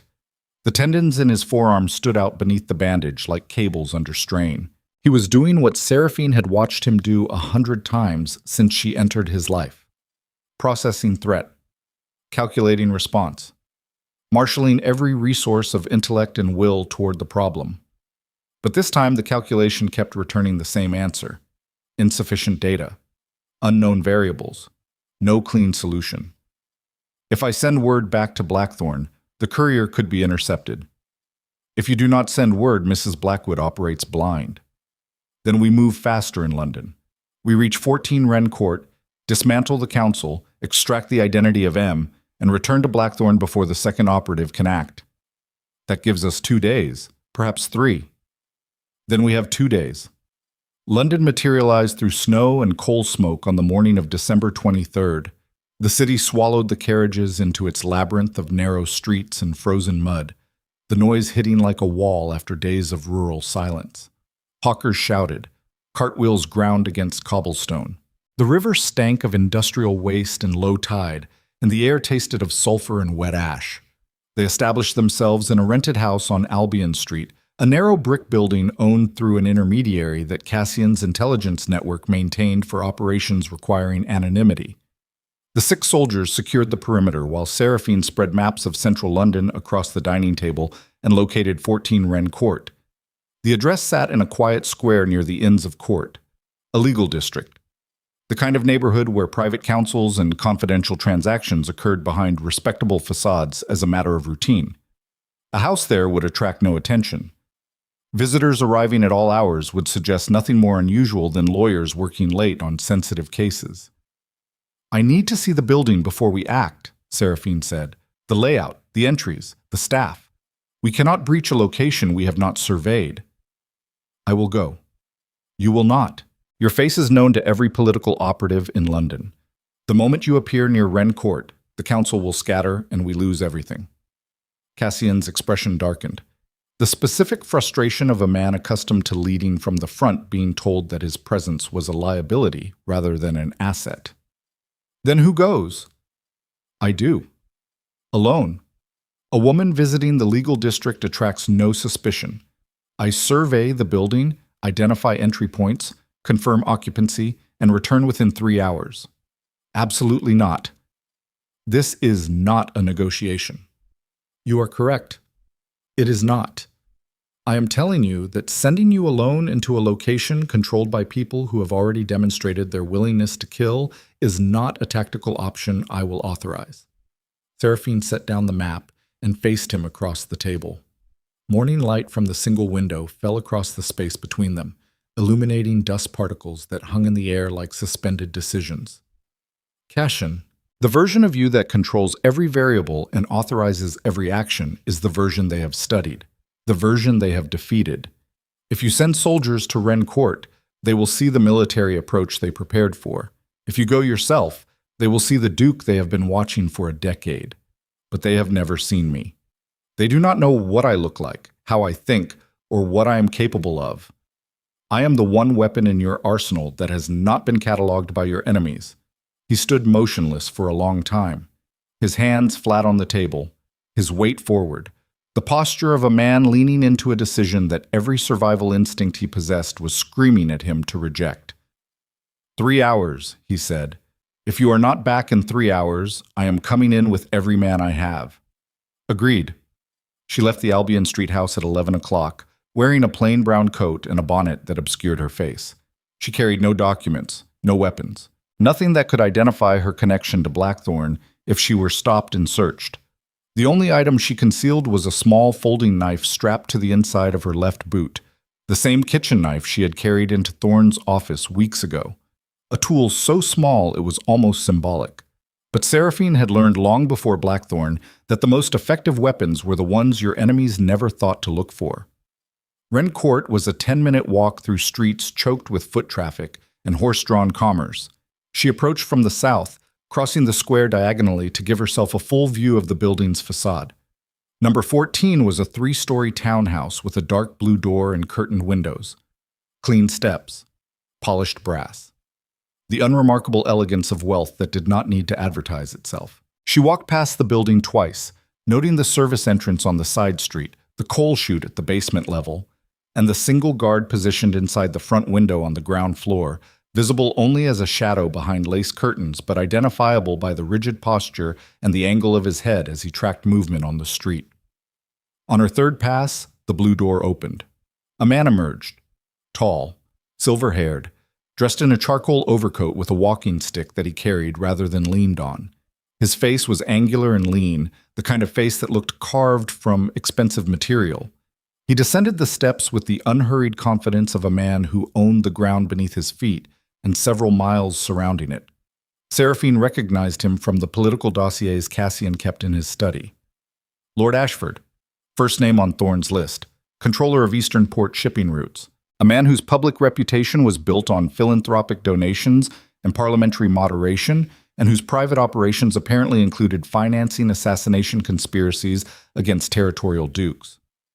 Ashford climbed into a waiting carriage and departed eastward. Seraphine memorized the carriage markings and continued her survey. Over the next 90 minutes, she circled the block 4 times, mapped every entrance, counted 3 ground floor guards, identified a kitchen delivery schedule that created a 6-minute window when the service entrance was unmonitored, and noted that the third-floor windows remained dark while the second floor showed intermittent candlelight behind heavy curtains. The operational center was on the second floor. The third floor was either empty or used for storage. The ground floor was security. The basement, accessible through the coal chute, connected to the service corridor that ran beneath the building. She returned to Albion Street at 1:45. 14 minutes ahead of schedule. Cassian was standing at the window when she entered.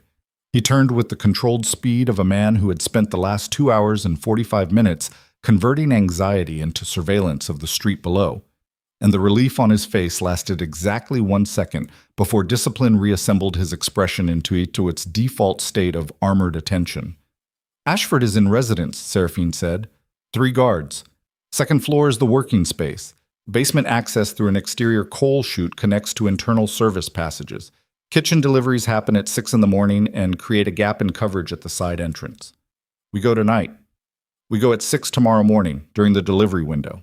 At night, the guards are alert and the street is empty enough to make any approach visible.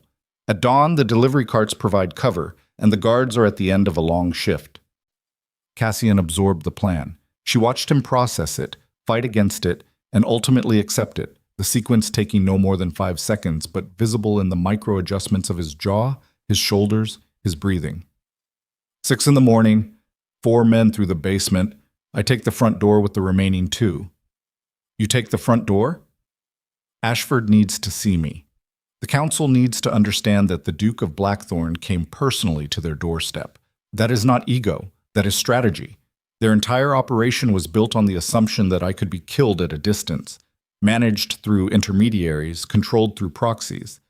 Seeing me standing in their hallway destroys that assumption permanently."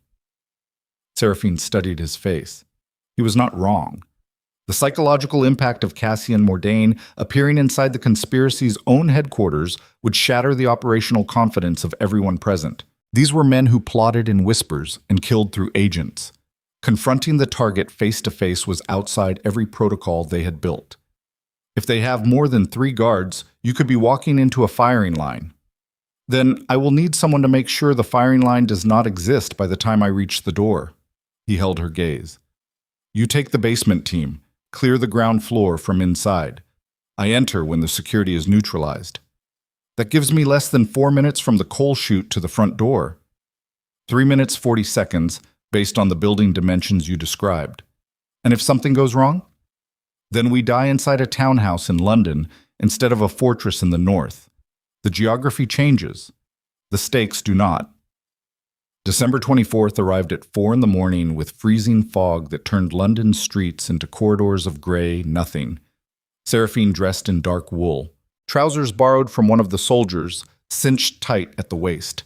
Practical enough to move through coal chutes and basement corridors without the suicidal encumbrance of skirts and petticoats. She strapped the folding knife to her boot. One of the soldiers offered her a pistol. She took it, checked the mechanism, loaded it with the focused calm of a woman who had never fired a weapon at a human being and understood that this morning might require her to start.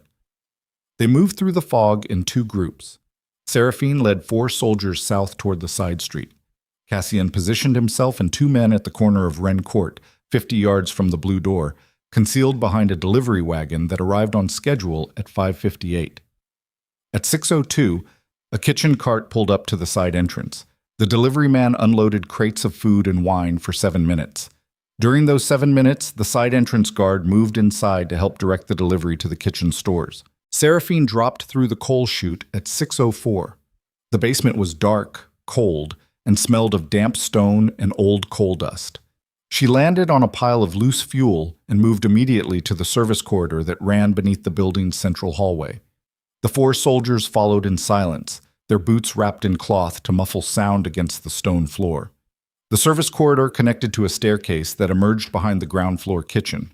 Seraphine climbed the stairs with the pistol in her right hand and the knife open in her left.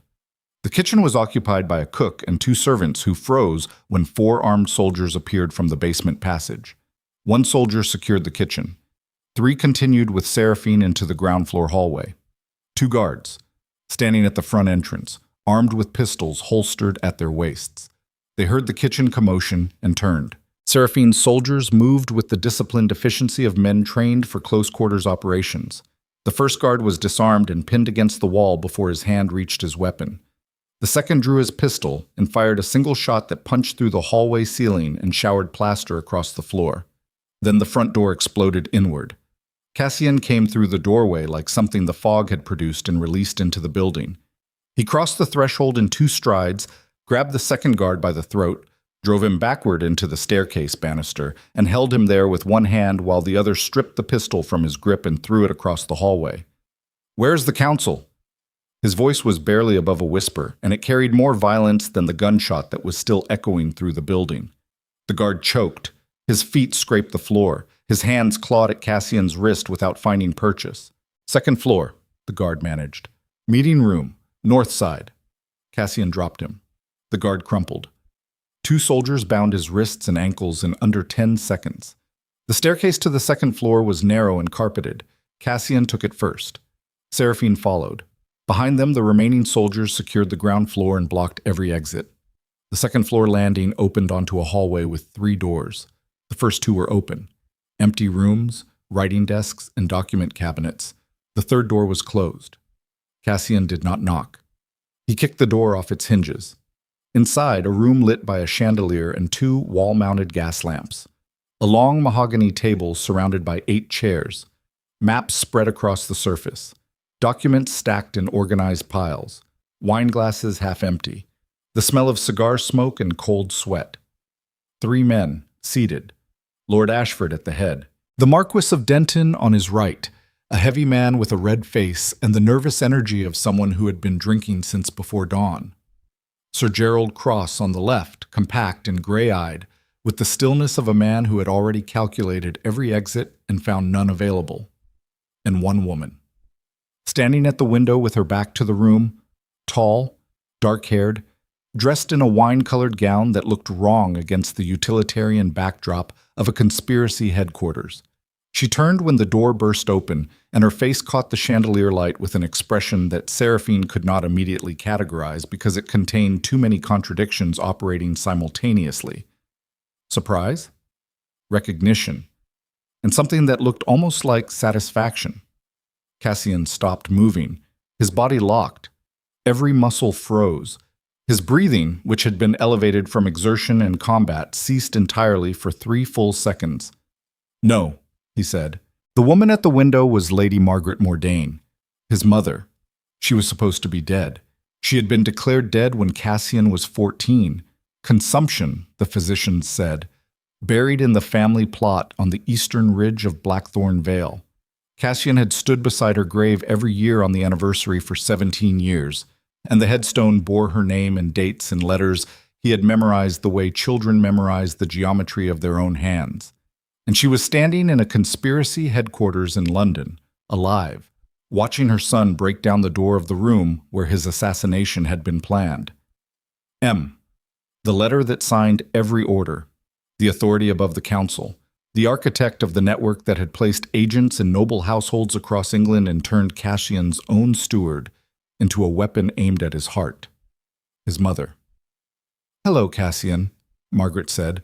Her voice was low, controlled, carrying the same lethal calm that her son had inherited and refined into a weapon of governance. "You look like your father. I hoped you would not." Cassian's pistol hung at his side. His finger was on the trigger. His arm did not rise. Seraphine watched from 2 steps behind him and saw something she had never witnessed and had believed impossible. The Duke of Blackthorn paralyzed, not by fear, not by tactical calculation, by the collision of 2 realities that could not occupy the same space: the mother he had mourned for 17 years and the enemy who had engineered his destruction standing in the same body, wearing the same face, and looking at him with eyes that contained both history and intent in measures he could not separate. "You built the network," Cassian said. His voice sounded like a mechanism operating on damaged gears. "I built the network long before you inherited. Your father's ambitions threatened the balance of power that allows the aristocracy to function. He would not be controlled. I tried other methods. He would not listen. So I did what was necessary. You killed my father. I arranged circumstances that led to his death. There's a distinction, though I doubt you appreciate it right now. And then you died. And then I disappeared, which is considerably more useful. 17 years. The words came out cracked, split down the middle like timber struck by an axe. 17 years I stood beside your grave. And every year you stood there, you became more like him, more powerful, more uncontrollable, more dangerous to the system that I spent my life trying to preserve." Margaret stepped away from the window. Her movement was precise, economical, the exact physical vocabulary that Cassian used, and seeing it echoed in the woman who created him produced in Seraphine a sensation of vertigo that bordered on nausea. "I did not want this, Cassian. I wanted you to be manageable. I wanted you to be the kind of duke who played within the rules. But you are your father's son, and your father's sons do not play within anything. So you ordered my death. I ordered your removal. Thorn's instructions were to create conditions for your political destruction, not your physical elimination. When the council escalated to assassination without my authorization, I attempted to intervene. That is why Thorn was willing to confess. He was following my contingency protocol, not theirs. And then your people shot him before he could finish." Margaret's expression shifted, the first genuine fracture Seraphine had witnessed. Not guilt, something more structural. The grief of an architect watching a building she designed collapse in a direction she did not anticipate. That was Cross. She looked at the gray-eyed man seated at the table, acting on his own authority. "Which is why we are going to have a conversation about chain of command after your son decides whether he intends to shoot me." Every eye in the room turned to Cassian. His pistol remained at his side. His finger remained on the trigger. His chest rose and fell with the labored rhythm of a man whose body was demanding oxygen that his mind was too overwhelmed to distribute efficiently. He had come to London to destroy a faceless enemy, to dismantle a network, to burn a conspiracy to its foundations and return to Blackthorn with the ashes. That was a war he understood, a war fought with intelligence and force against opponents who could be categorized as enemies and treated accordingly. This was not that war. This was his mother, alive, standing in the wreckage of everything she had built to control him, looking at him with the same eyes that had watched him learn to walk and then watched from concealment as he grew into the thing she feared most, a man beyond anyone's ability to manage. The most dangerous moment in any man's life is the one where everything he used to be stops working and everything he might become has not yet arrived. Cassian Mordain stood in that gap with a loaded pistol, a shattered history, and the woman he trusted standing 2 steps behind him, waiting to see which version of himself would emerge from the wreckage. Seraphine stepped forward, not past him, beside him. She placed her hand on his wrist, not on the gun, on the skin above it. She felt his pulse hammering beneath her fingers at a rate that would have concerned a physician, and she held on, not to restrain him, not to direct him, but to remind him through physical contact that he was not standing in this room alone. "Cassian," she said quietly, "look at me." He did not move. "Look at me." His head turned. His eyes found hers. Behind them, 17 years of grief was being dismantled and rebuilt into something he did not yet have a name for, and the process was tearing through his internal architecture with the efficiency of a fire consuming a building from the inside out. "She is not the mission," Seraphine said. "The mission is the network. The agents in the noble houses, the operatives inside Blackthorn, the second agent who is still inside our fortress right now, with access to everyone we left behind. She has the information we need to dismantle all of it. That is why we are here. Not for revenge, not for answers, for survival." Cassian's breathing slowed by 1 degree. His pulse dropped beneath her fingers by a fraction she could measure. "Ask her about the second operative," Seraphine said. "Ask her who is still inside Blackthorn, and then we finish this." Cassian turned back to his mother. Margaret watched the exchange between her son and the woman beside him with an expression that recalculated everything she thought she understood about the Duke she had spent 17 years trying to control. She looked at Seraphine the way a general looks at a weapon that just appeared on the battlefield for the first time, with respect, with fear, with the immediate understanding that every strategic assumption she had built was now obsolete. "Who is the second operative inside Blackthorn?" Cassian said. Margaret looked at Ashford, at Denton, at Cross. 3 men who had conspired beneath her authority and exceeded it. 3 men who were now watching a family confrontation they had no framework to navigate and no protocol to survive. She looked back at her son. "I will give you every name, every agent, every operative, every communication channel, and every financial record." Her voice carried the weight of a decision that had been forming beneath the surface of her composure since the moment he walked through the door.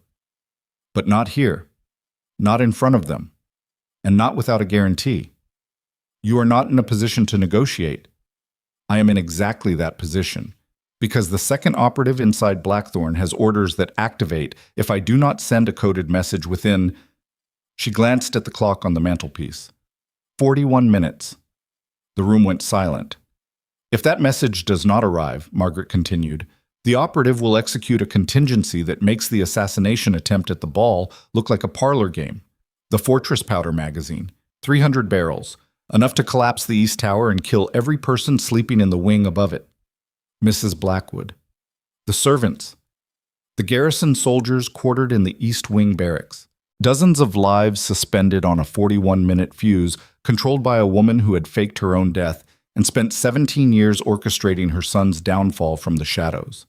Cassian's hand tightened on the pistol grip until his knuckles went white, and the tendons in his forearm vibrated like cables about to snap. 40 minutes. Blackthorn was a 3-day ride north. No messenger could reach it in time. No signal could cross that distance before the clock ran out. "Send the message," Cassian said.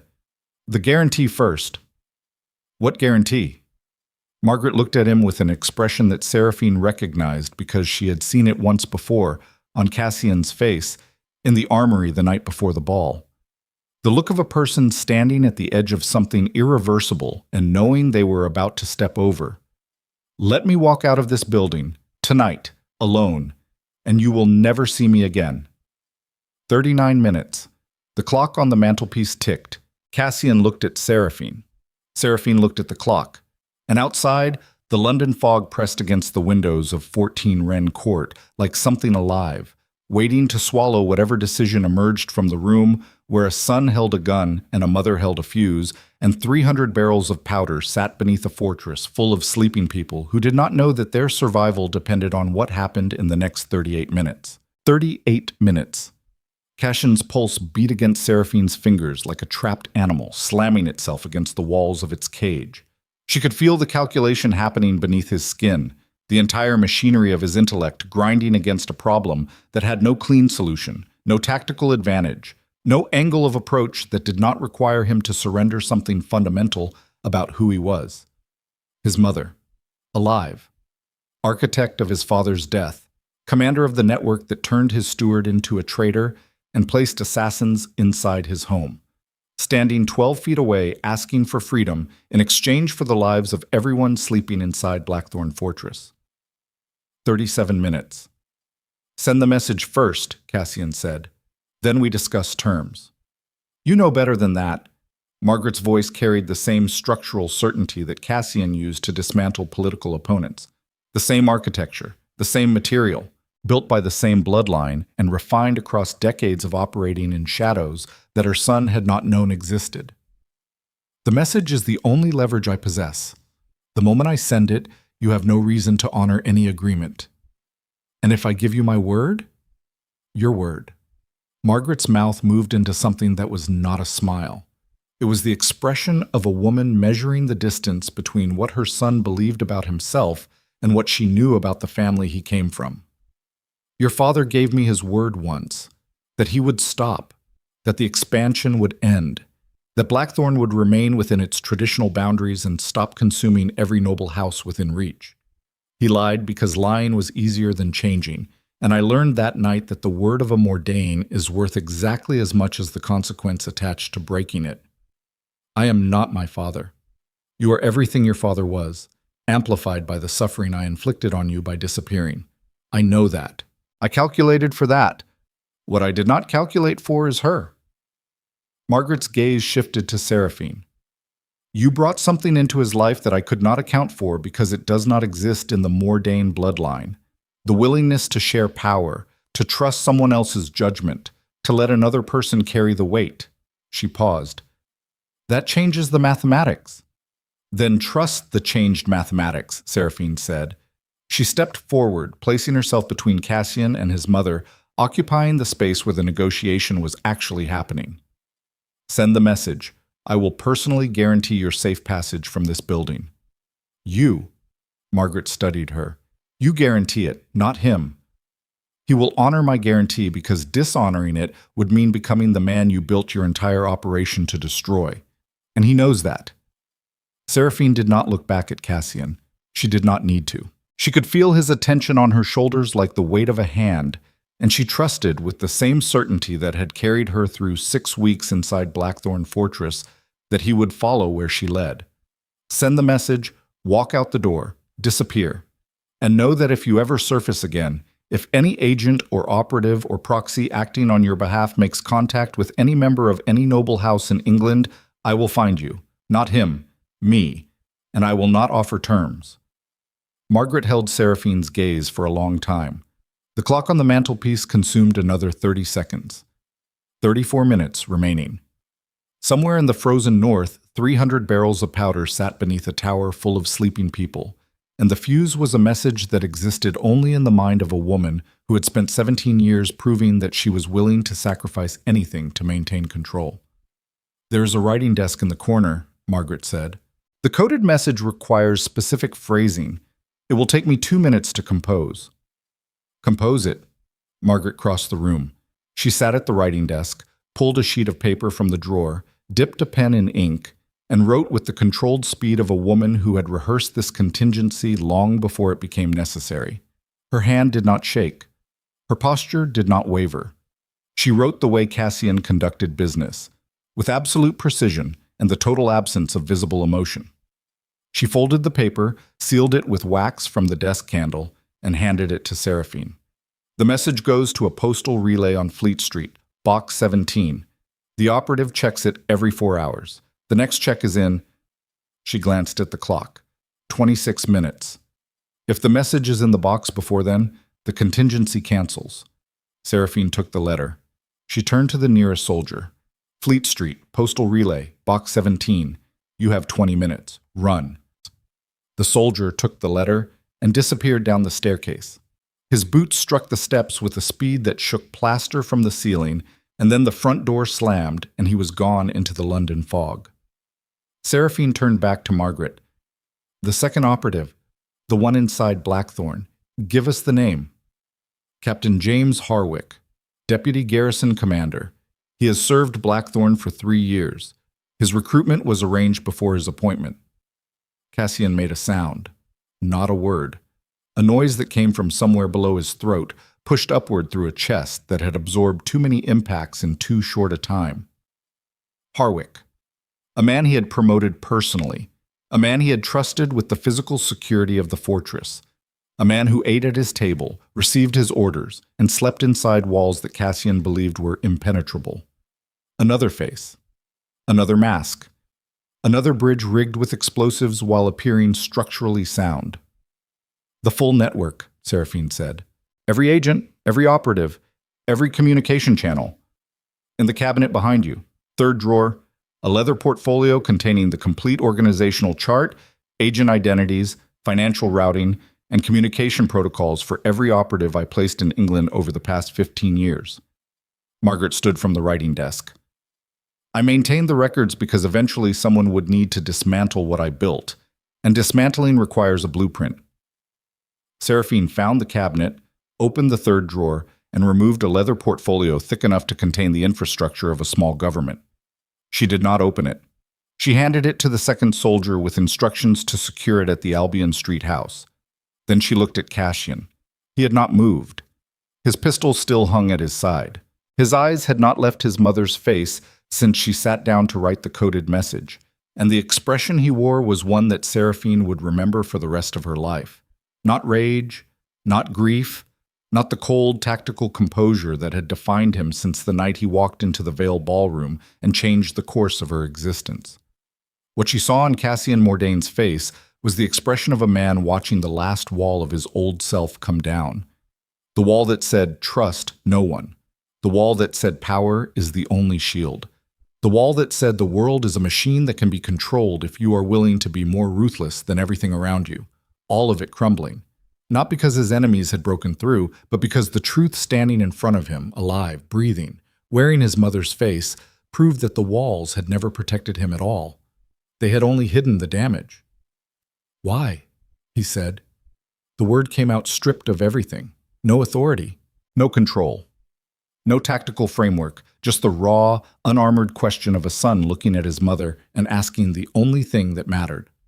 Margaret's composure held, but Seraphine, watching from 3 feet away with the attention she had trained on every human being she had studied inside Blackthorn Fortress, saw the fracture.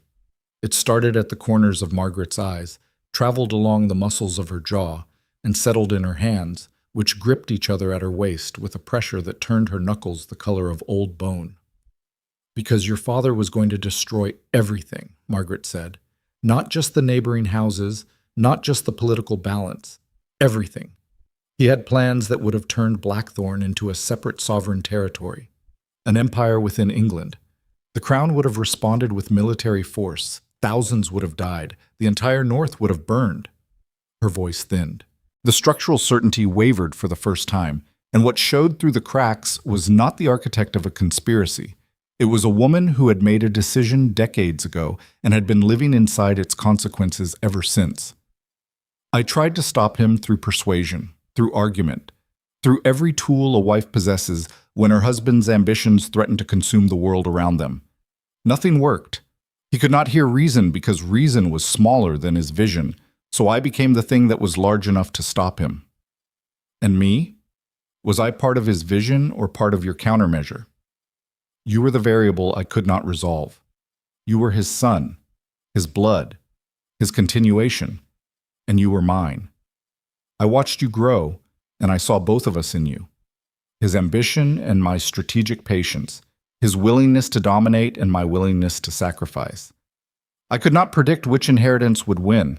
Margaret's grip on her own hands tightened until the tendons stood out like cords beneath parchment skin. When I saw that you were becoming him, I activated the network. Not to kill you, to contain you. Thorne's original instructions were political containment. Limit your expansion, erode your alliances, create enough instability that you would be forced to consolidate rather than grow. But the council escalated. The council decided that containment was insufficient and elimination was more efficient, cross-authorized the assassination attempt without my approval. By the time I learned of it, Thorn had already received modified orders. Margaret's voice dropped. I sent Thorn instructions to sabotage the plot from inside, to ensure the poison was detectable, to make mistakes that would allow someone close to you to discover the plan before it executed. The room went silent. Seraphine felt the implication hit her central nervous system before her conscious mind assembled it into language. The letter in Thorn's office, the one Cassian left on the chair for her to find, the assassination details written in a hand so precise and a format so discoverable that a determined investigator would find them within weeks. Margaret had designed Thorn's exposure. She had built the trail that Seraphine followed. She had wanted someone inside Blackthorn to discover the plot, and she had structured the evidence to be findable by exactly the kind of person who paid attention to details that others overlooked. She had been counting on Seraphine before Seraphine even knew she existed. You used me the same way Cassian used me, Seraphine said, from a different direction, for a different purpose. But the method was identical. Margaret looked at her. The method is always identical. The only difference is whether the person being used survives with enough autonomy to choose what happens next. She held Seraphine's gaze. You survived. You chose. That is more than I was able to do. Cassian holstered his pistol. The click of the mechanism engaging sounded like a door closing on a room that would never be opened again. He looked at Ashford, Denton, and Cross, 3 men who had sat frozen at the mahogany table throughout the entire confrontation, their political careers and personal freedom collapsing in real time around a family conflict they had no standing to participate in. You 3 will remain in this building under armed guard until Crown investigators arrive. Your assets are seized. Your parliamentary seats are vacated. Your families will be informed of the charges before nightfall. Cassian's voice had changed, not louder, not harder. Cleaner, as if the machinery of his authority had been stripped of excess components, and what remained operated with a precision that was more dangerous for being simpler. The conspiracy is documented. Your participation is proven. Whatever arrangements you made for legal defense or political escape were dismantled the moment your organizational chart left this room in my possession. Ashford opened his mouth. If you speak, Cassian said, I will remember it. Choose carefully whether you want the last words I hear from you to be an excuse. Ashford closed his mouth. Cassian turned to his mother. The room held its breath. The clock ticked. The fog pressed against the windows. And a son faced the woman who gave him life, took his father, faked her death, built a shadow empire to control him, and ultimately sacrificed that empire because the alternative was watching him be murdered by men whose ambitions exceeded her ability to manage them. Walk out the door, Cassian said. Do not come back. Margaret studied his face one final time. Seraphine watched her catalog every line, every shadow, every trace of the boy she had abandoned and the man he had become. The inventory took 6 seconds. When it was done, something behind Margaret's eyes closed permanently. A chapter ending. A ledger balanced for the last time. You are not your father, Margaret said. I was wrong about that. He would have killed me. He did not have someone standing beside him who showed him a better option. Margaret looked at Seraphine. The look lasted 1 heartbeat. It contained no warmth, no gratitude, no maternal tenderness. It contained recognition. One strategist acknowledging another across the wreckage of a war that had consumed decades and bloodlines and the entire architecture of a family that never learned how to love without also trying to control.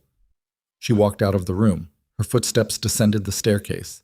The front door opened and closed, and then the fog took her, the same way it had taken so many things that morning, absorbing her into its gray machinery until she was indistinguishable from the city that had hidden her for 17 years.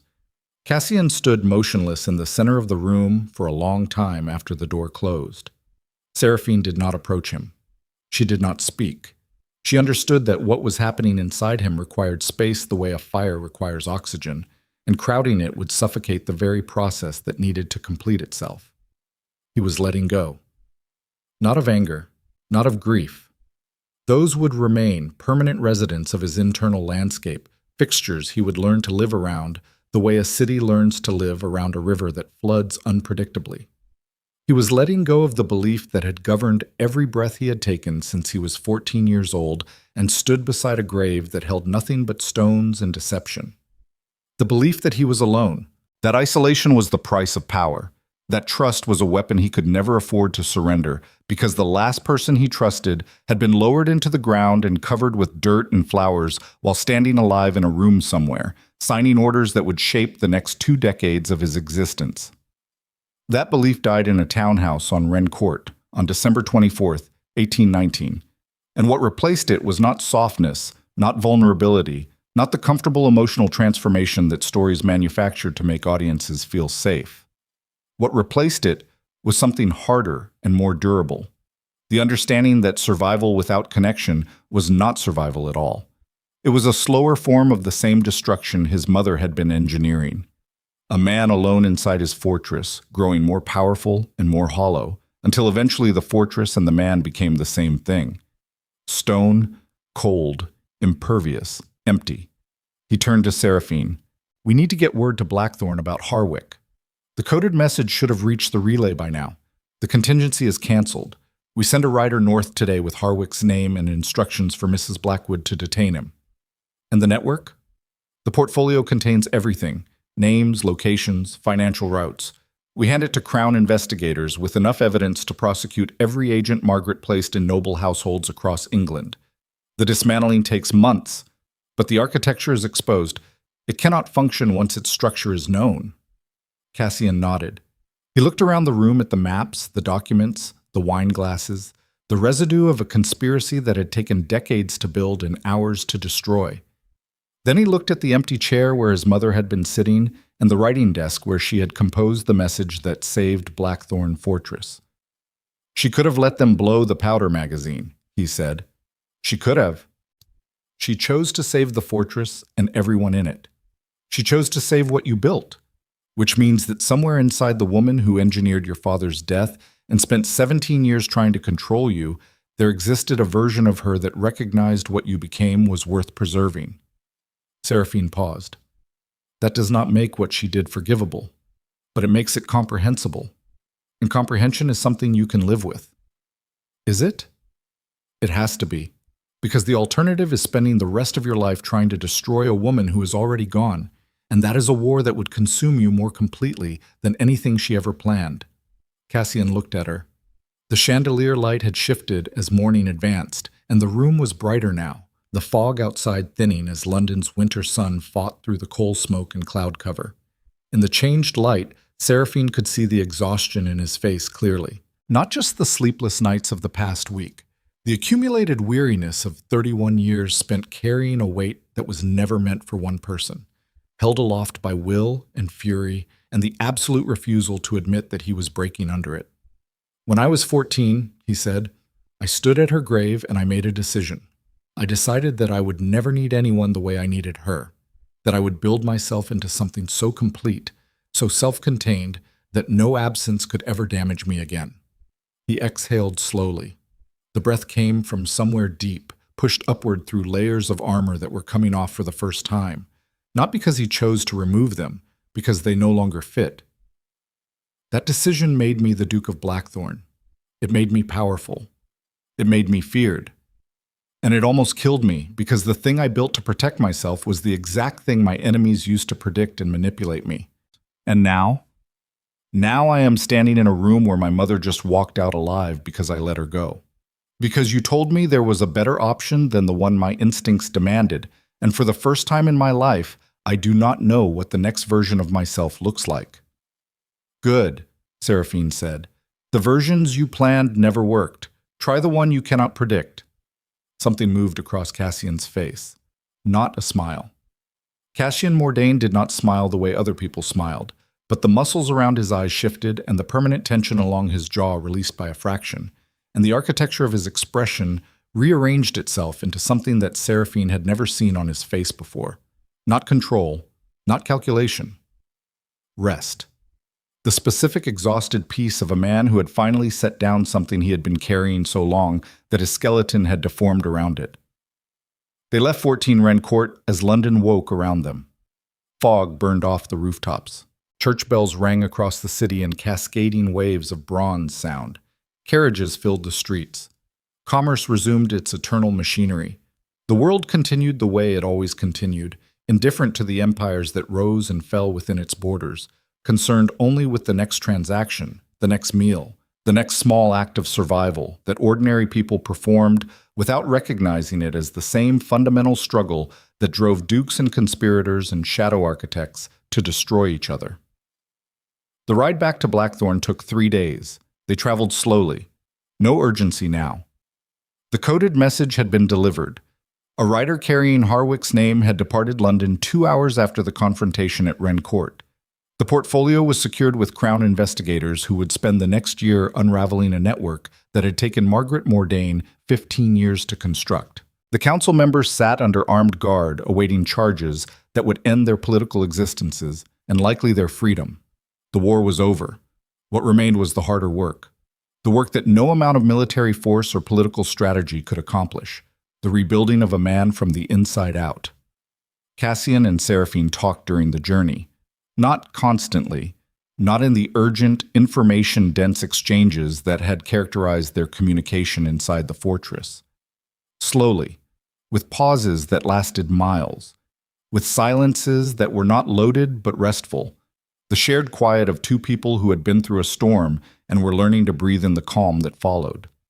He told her about his father, not the political figure, the man, a man who laughed too loudly and ate too much, and once spent an entire afternoon teaching his son how to skip stones across the lake behind the fortress because he believed that any skill, no matter how small, was worth mastering completely.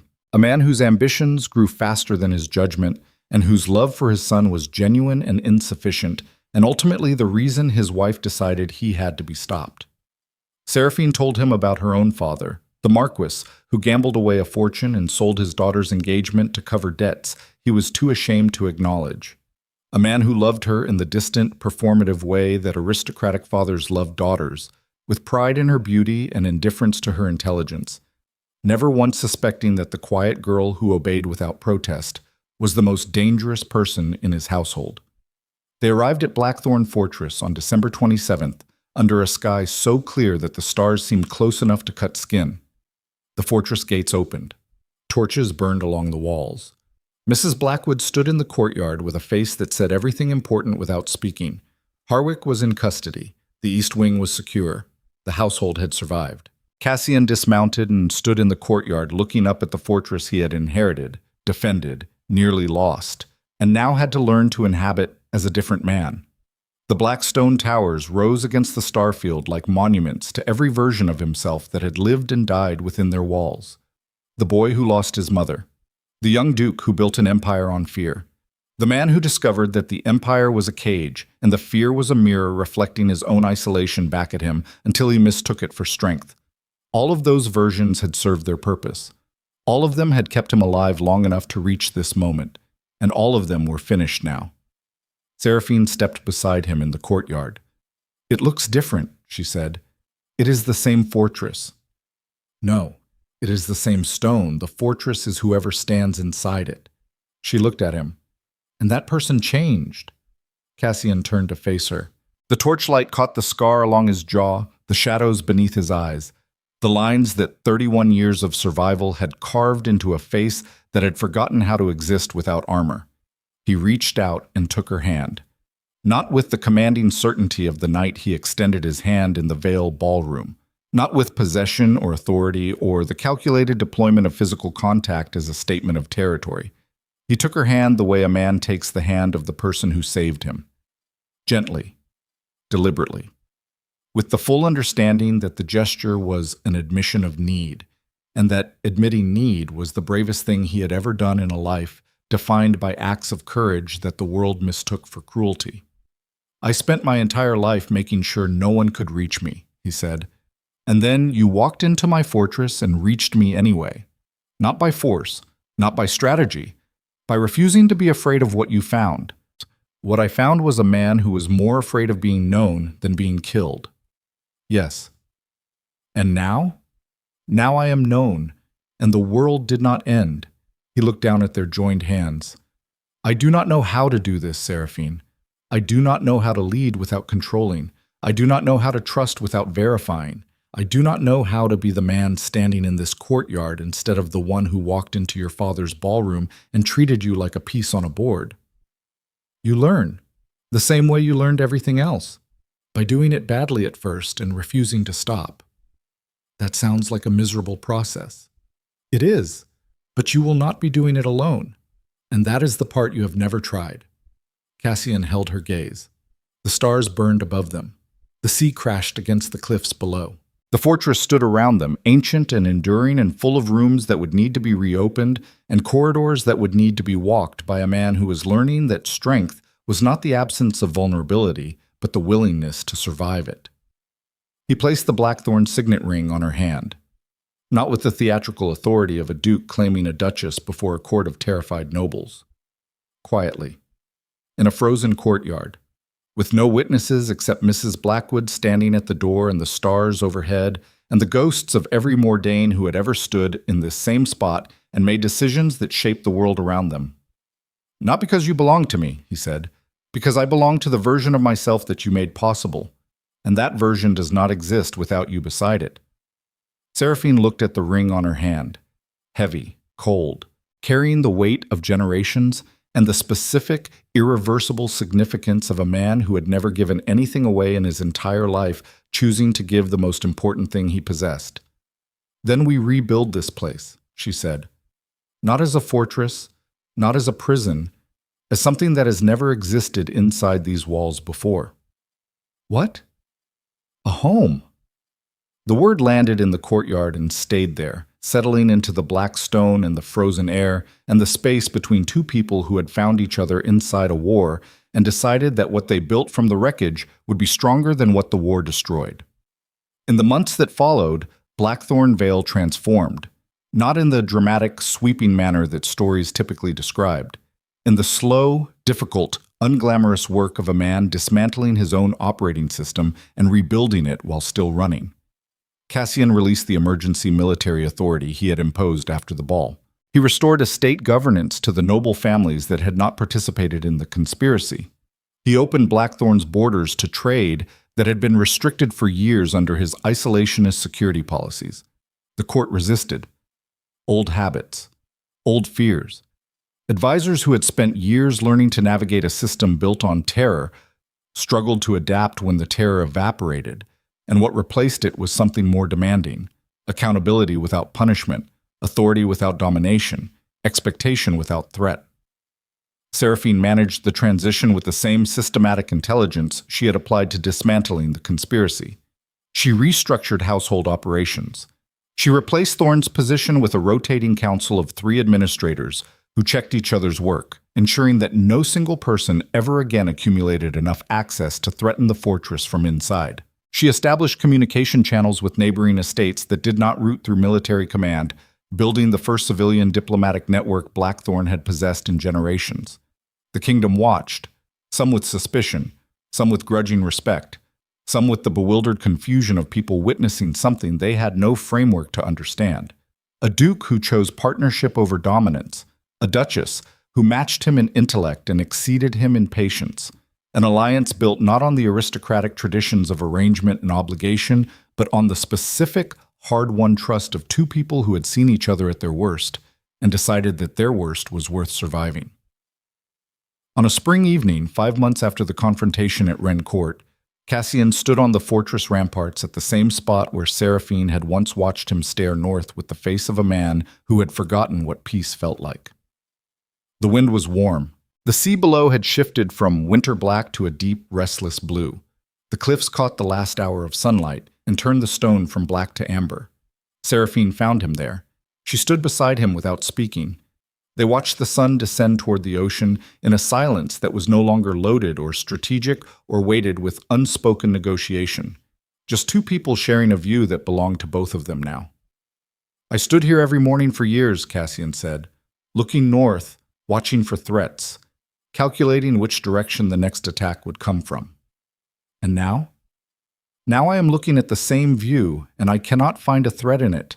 Just the ocean, just the sky, just the land that I spent my life defending without ever stopping to ask whether it was worth living in. Is it?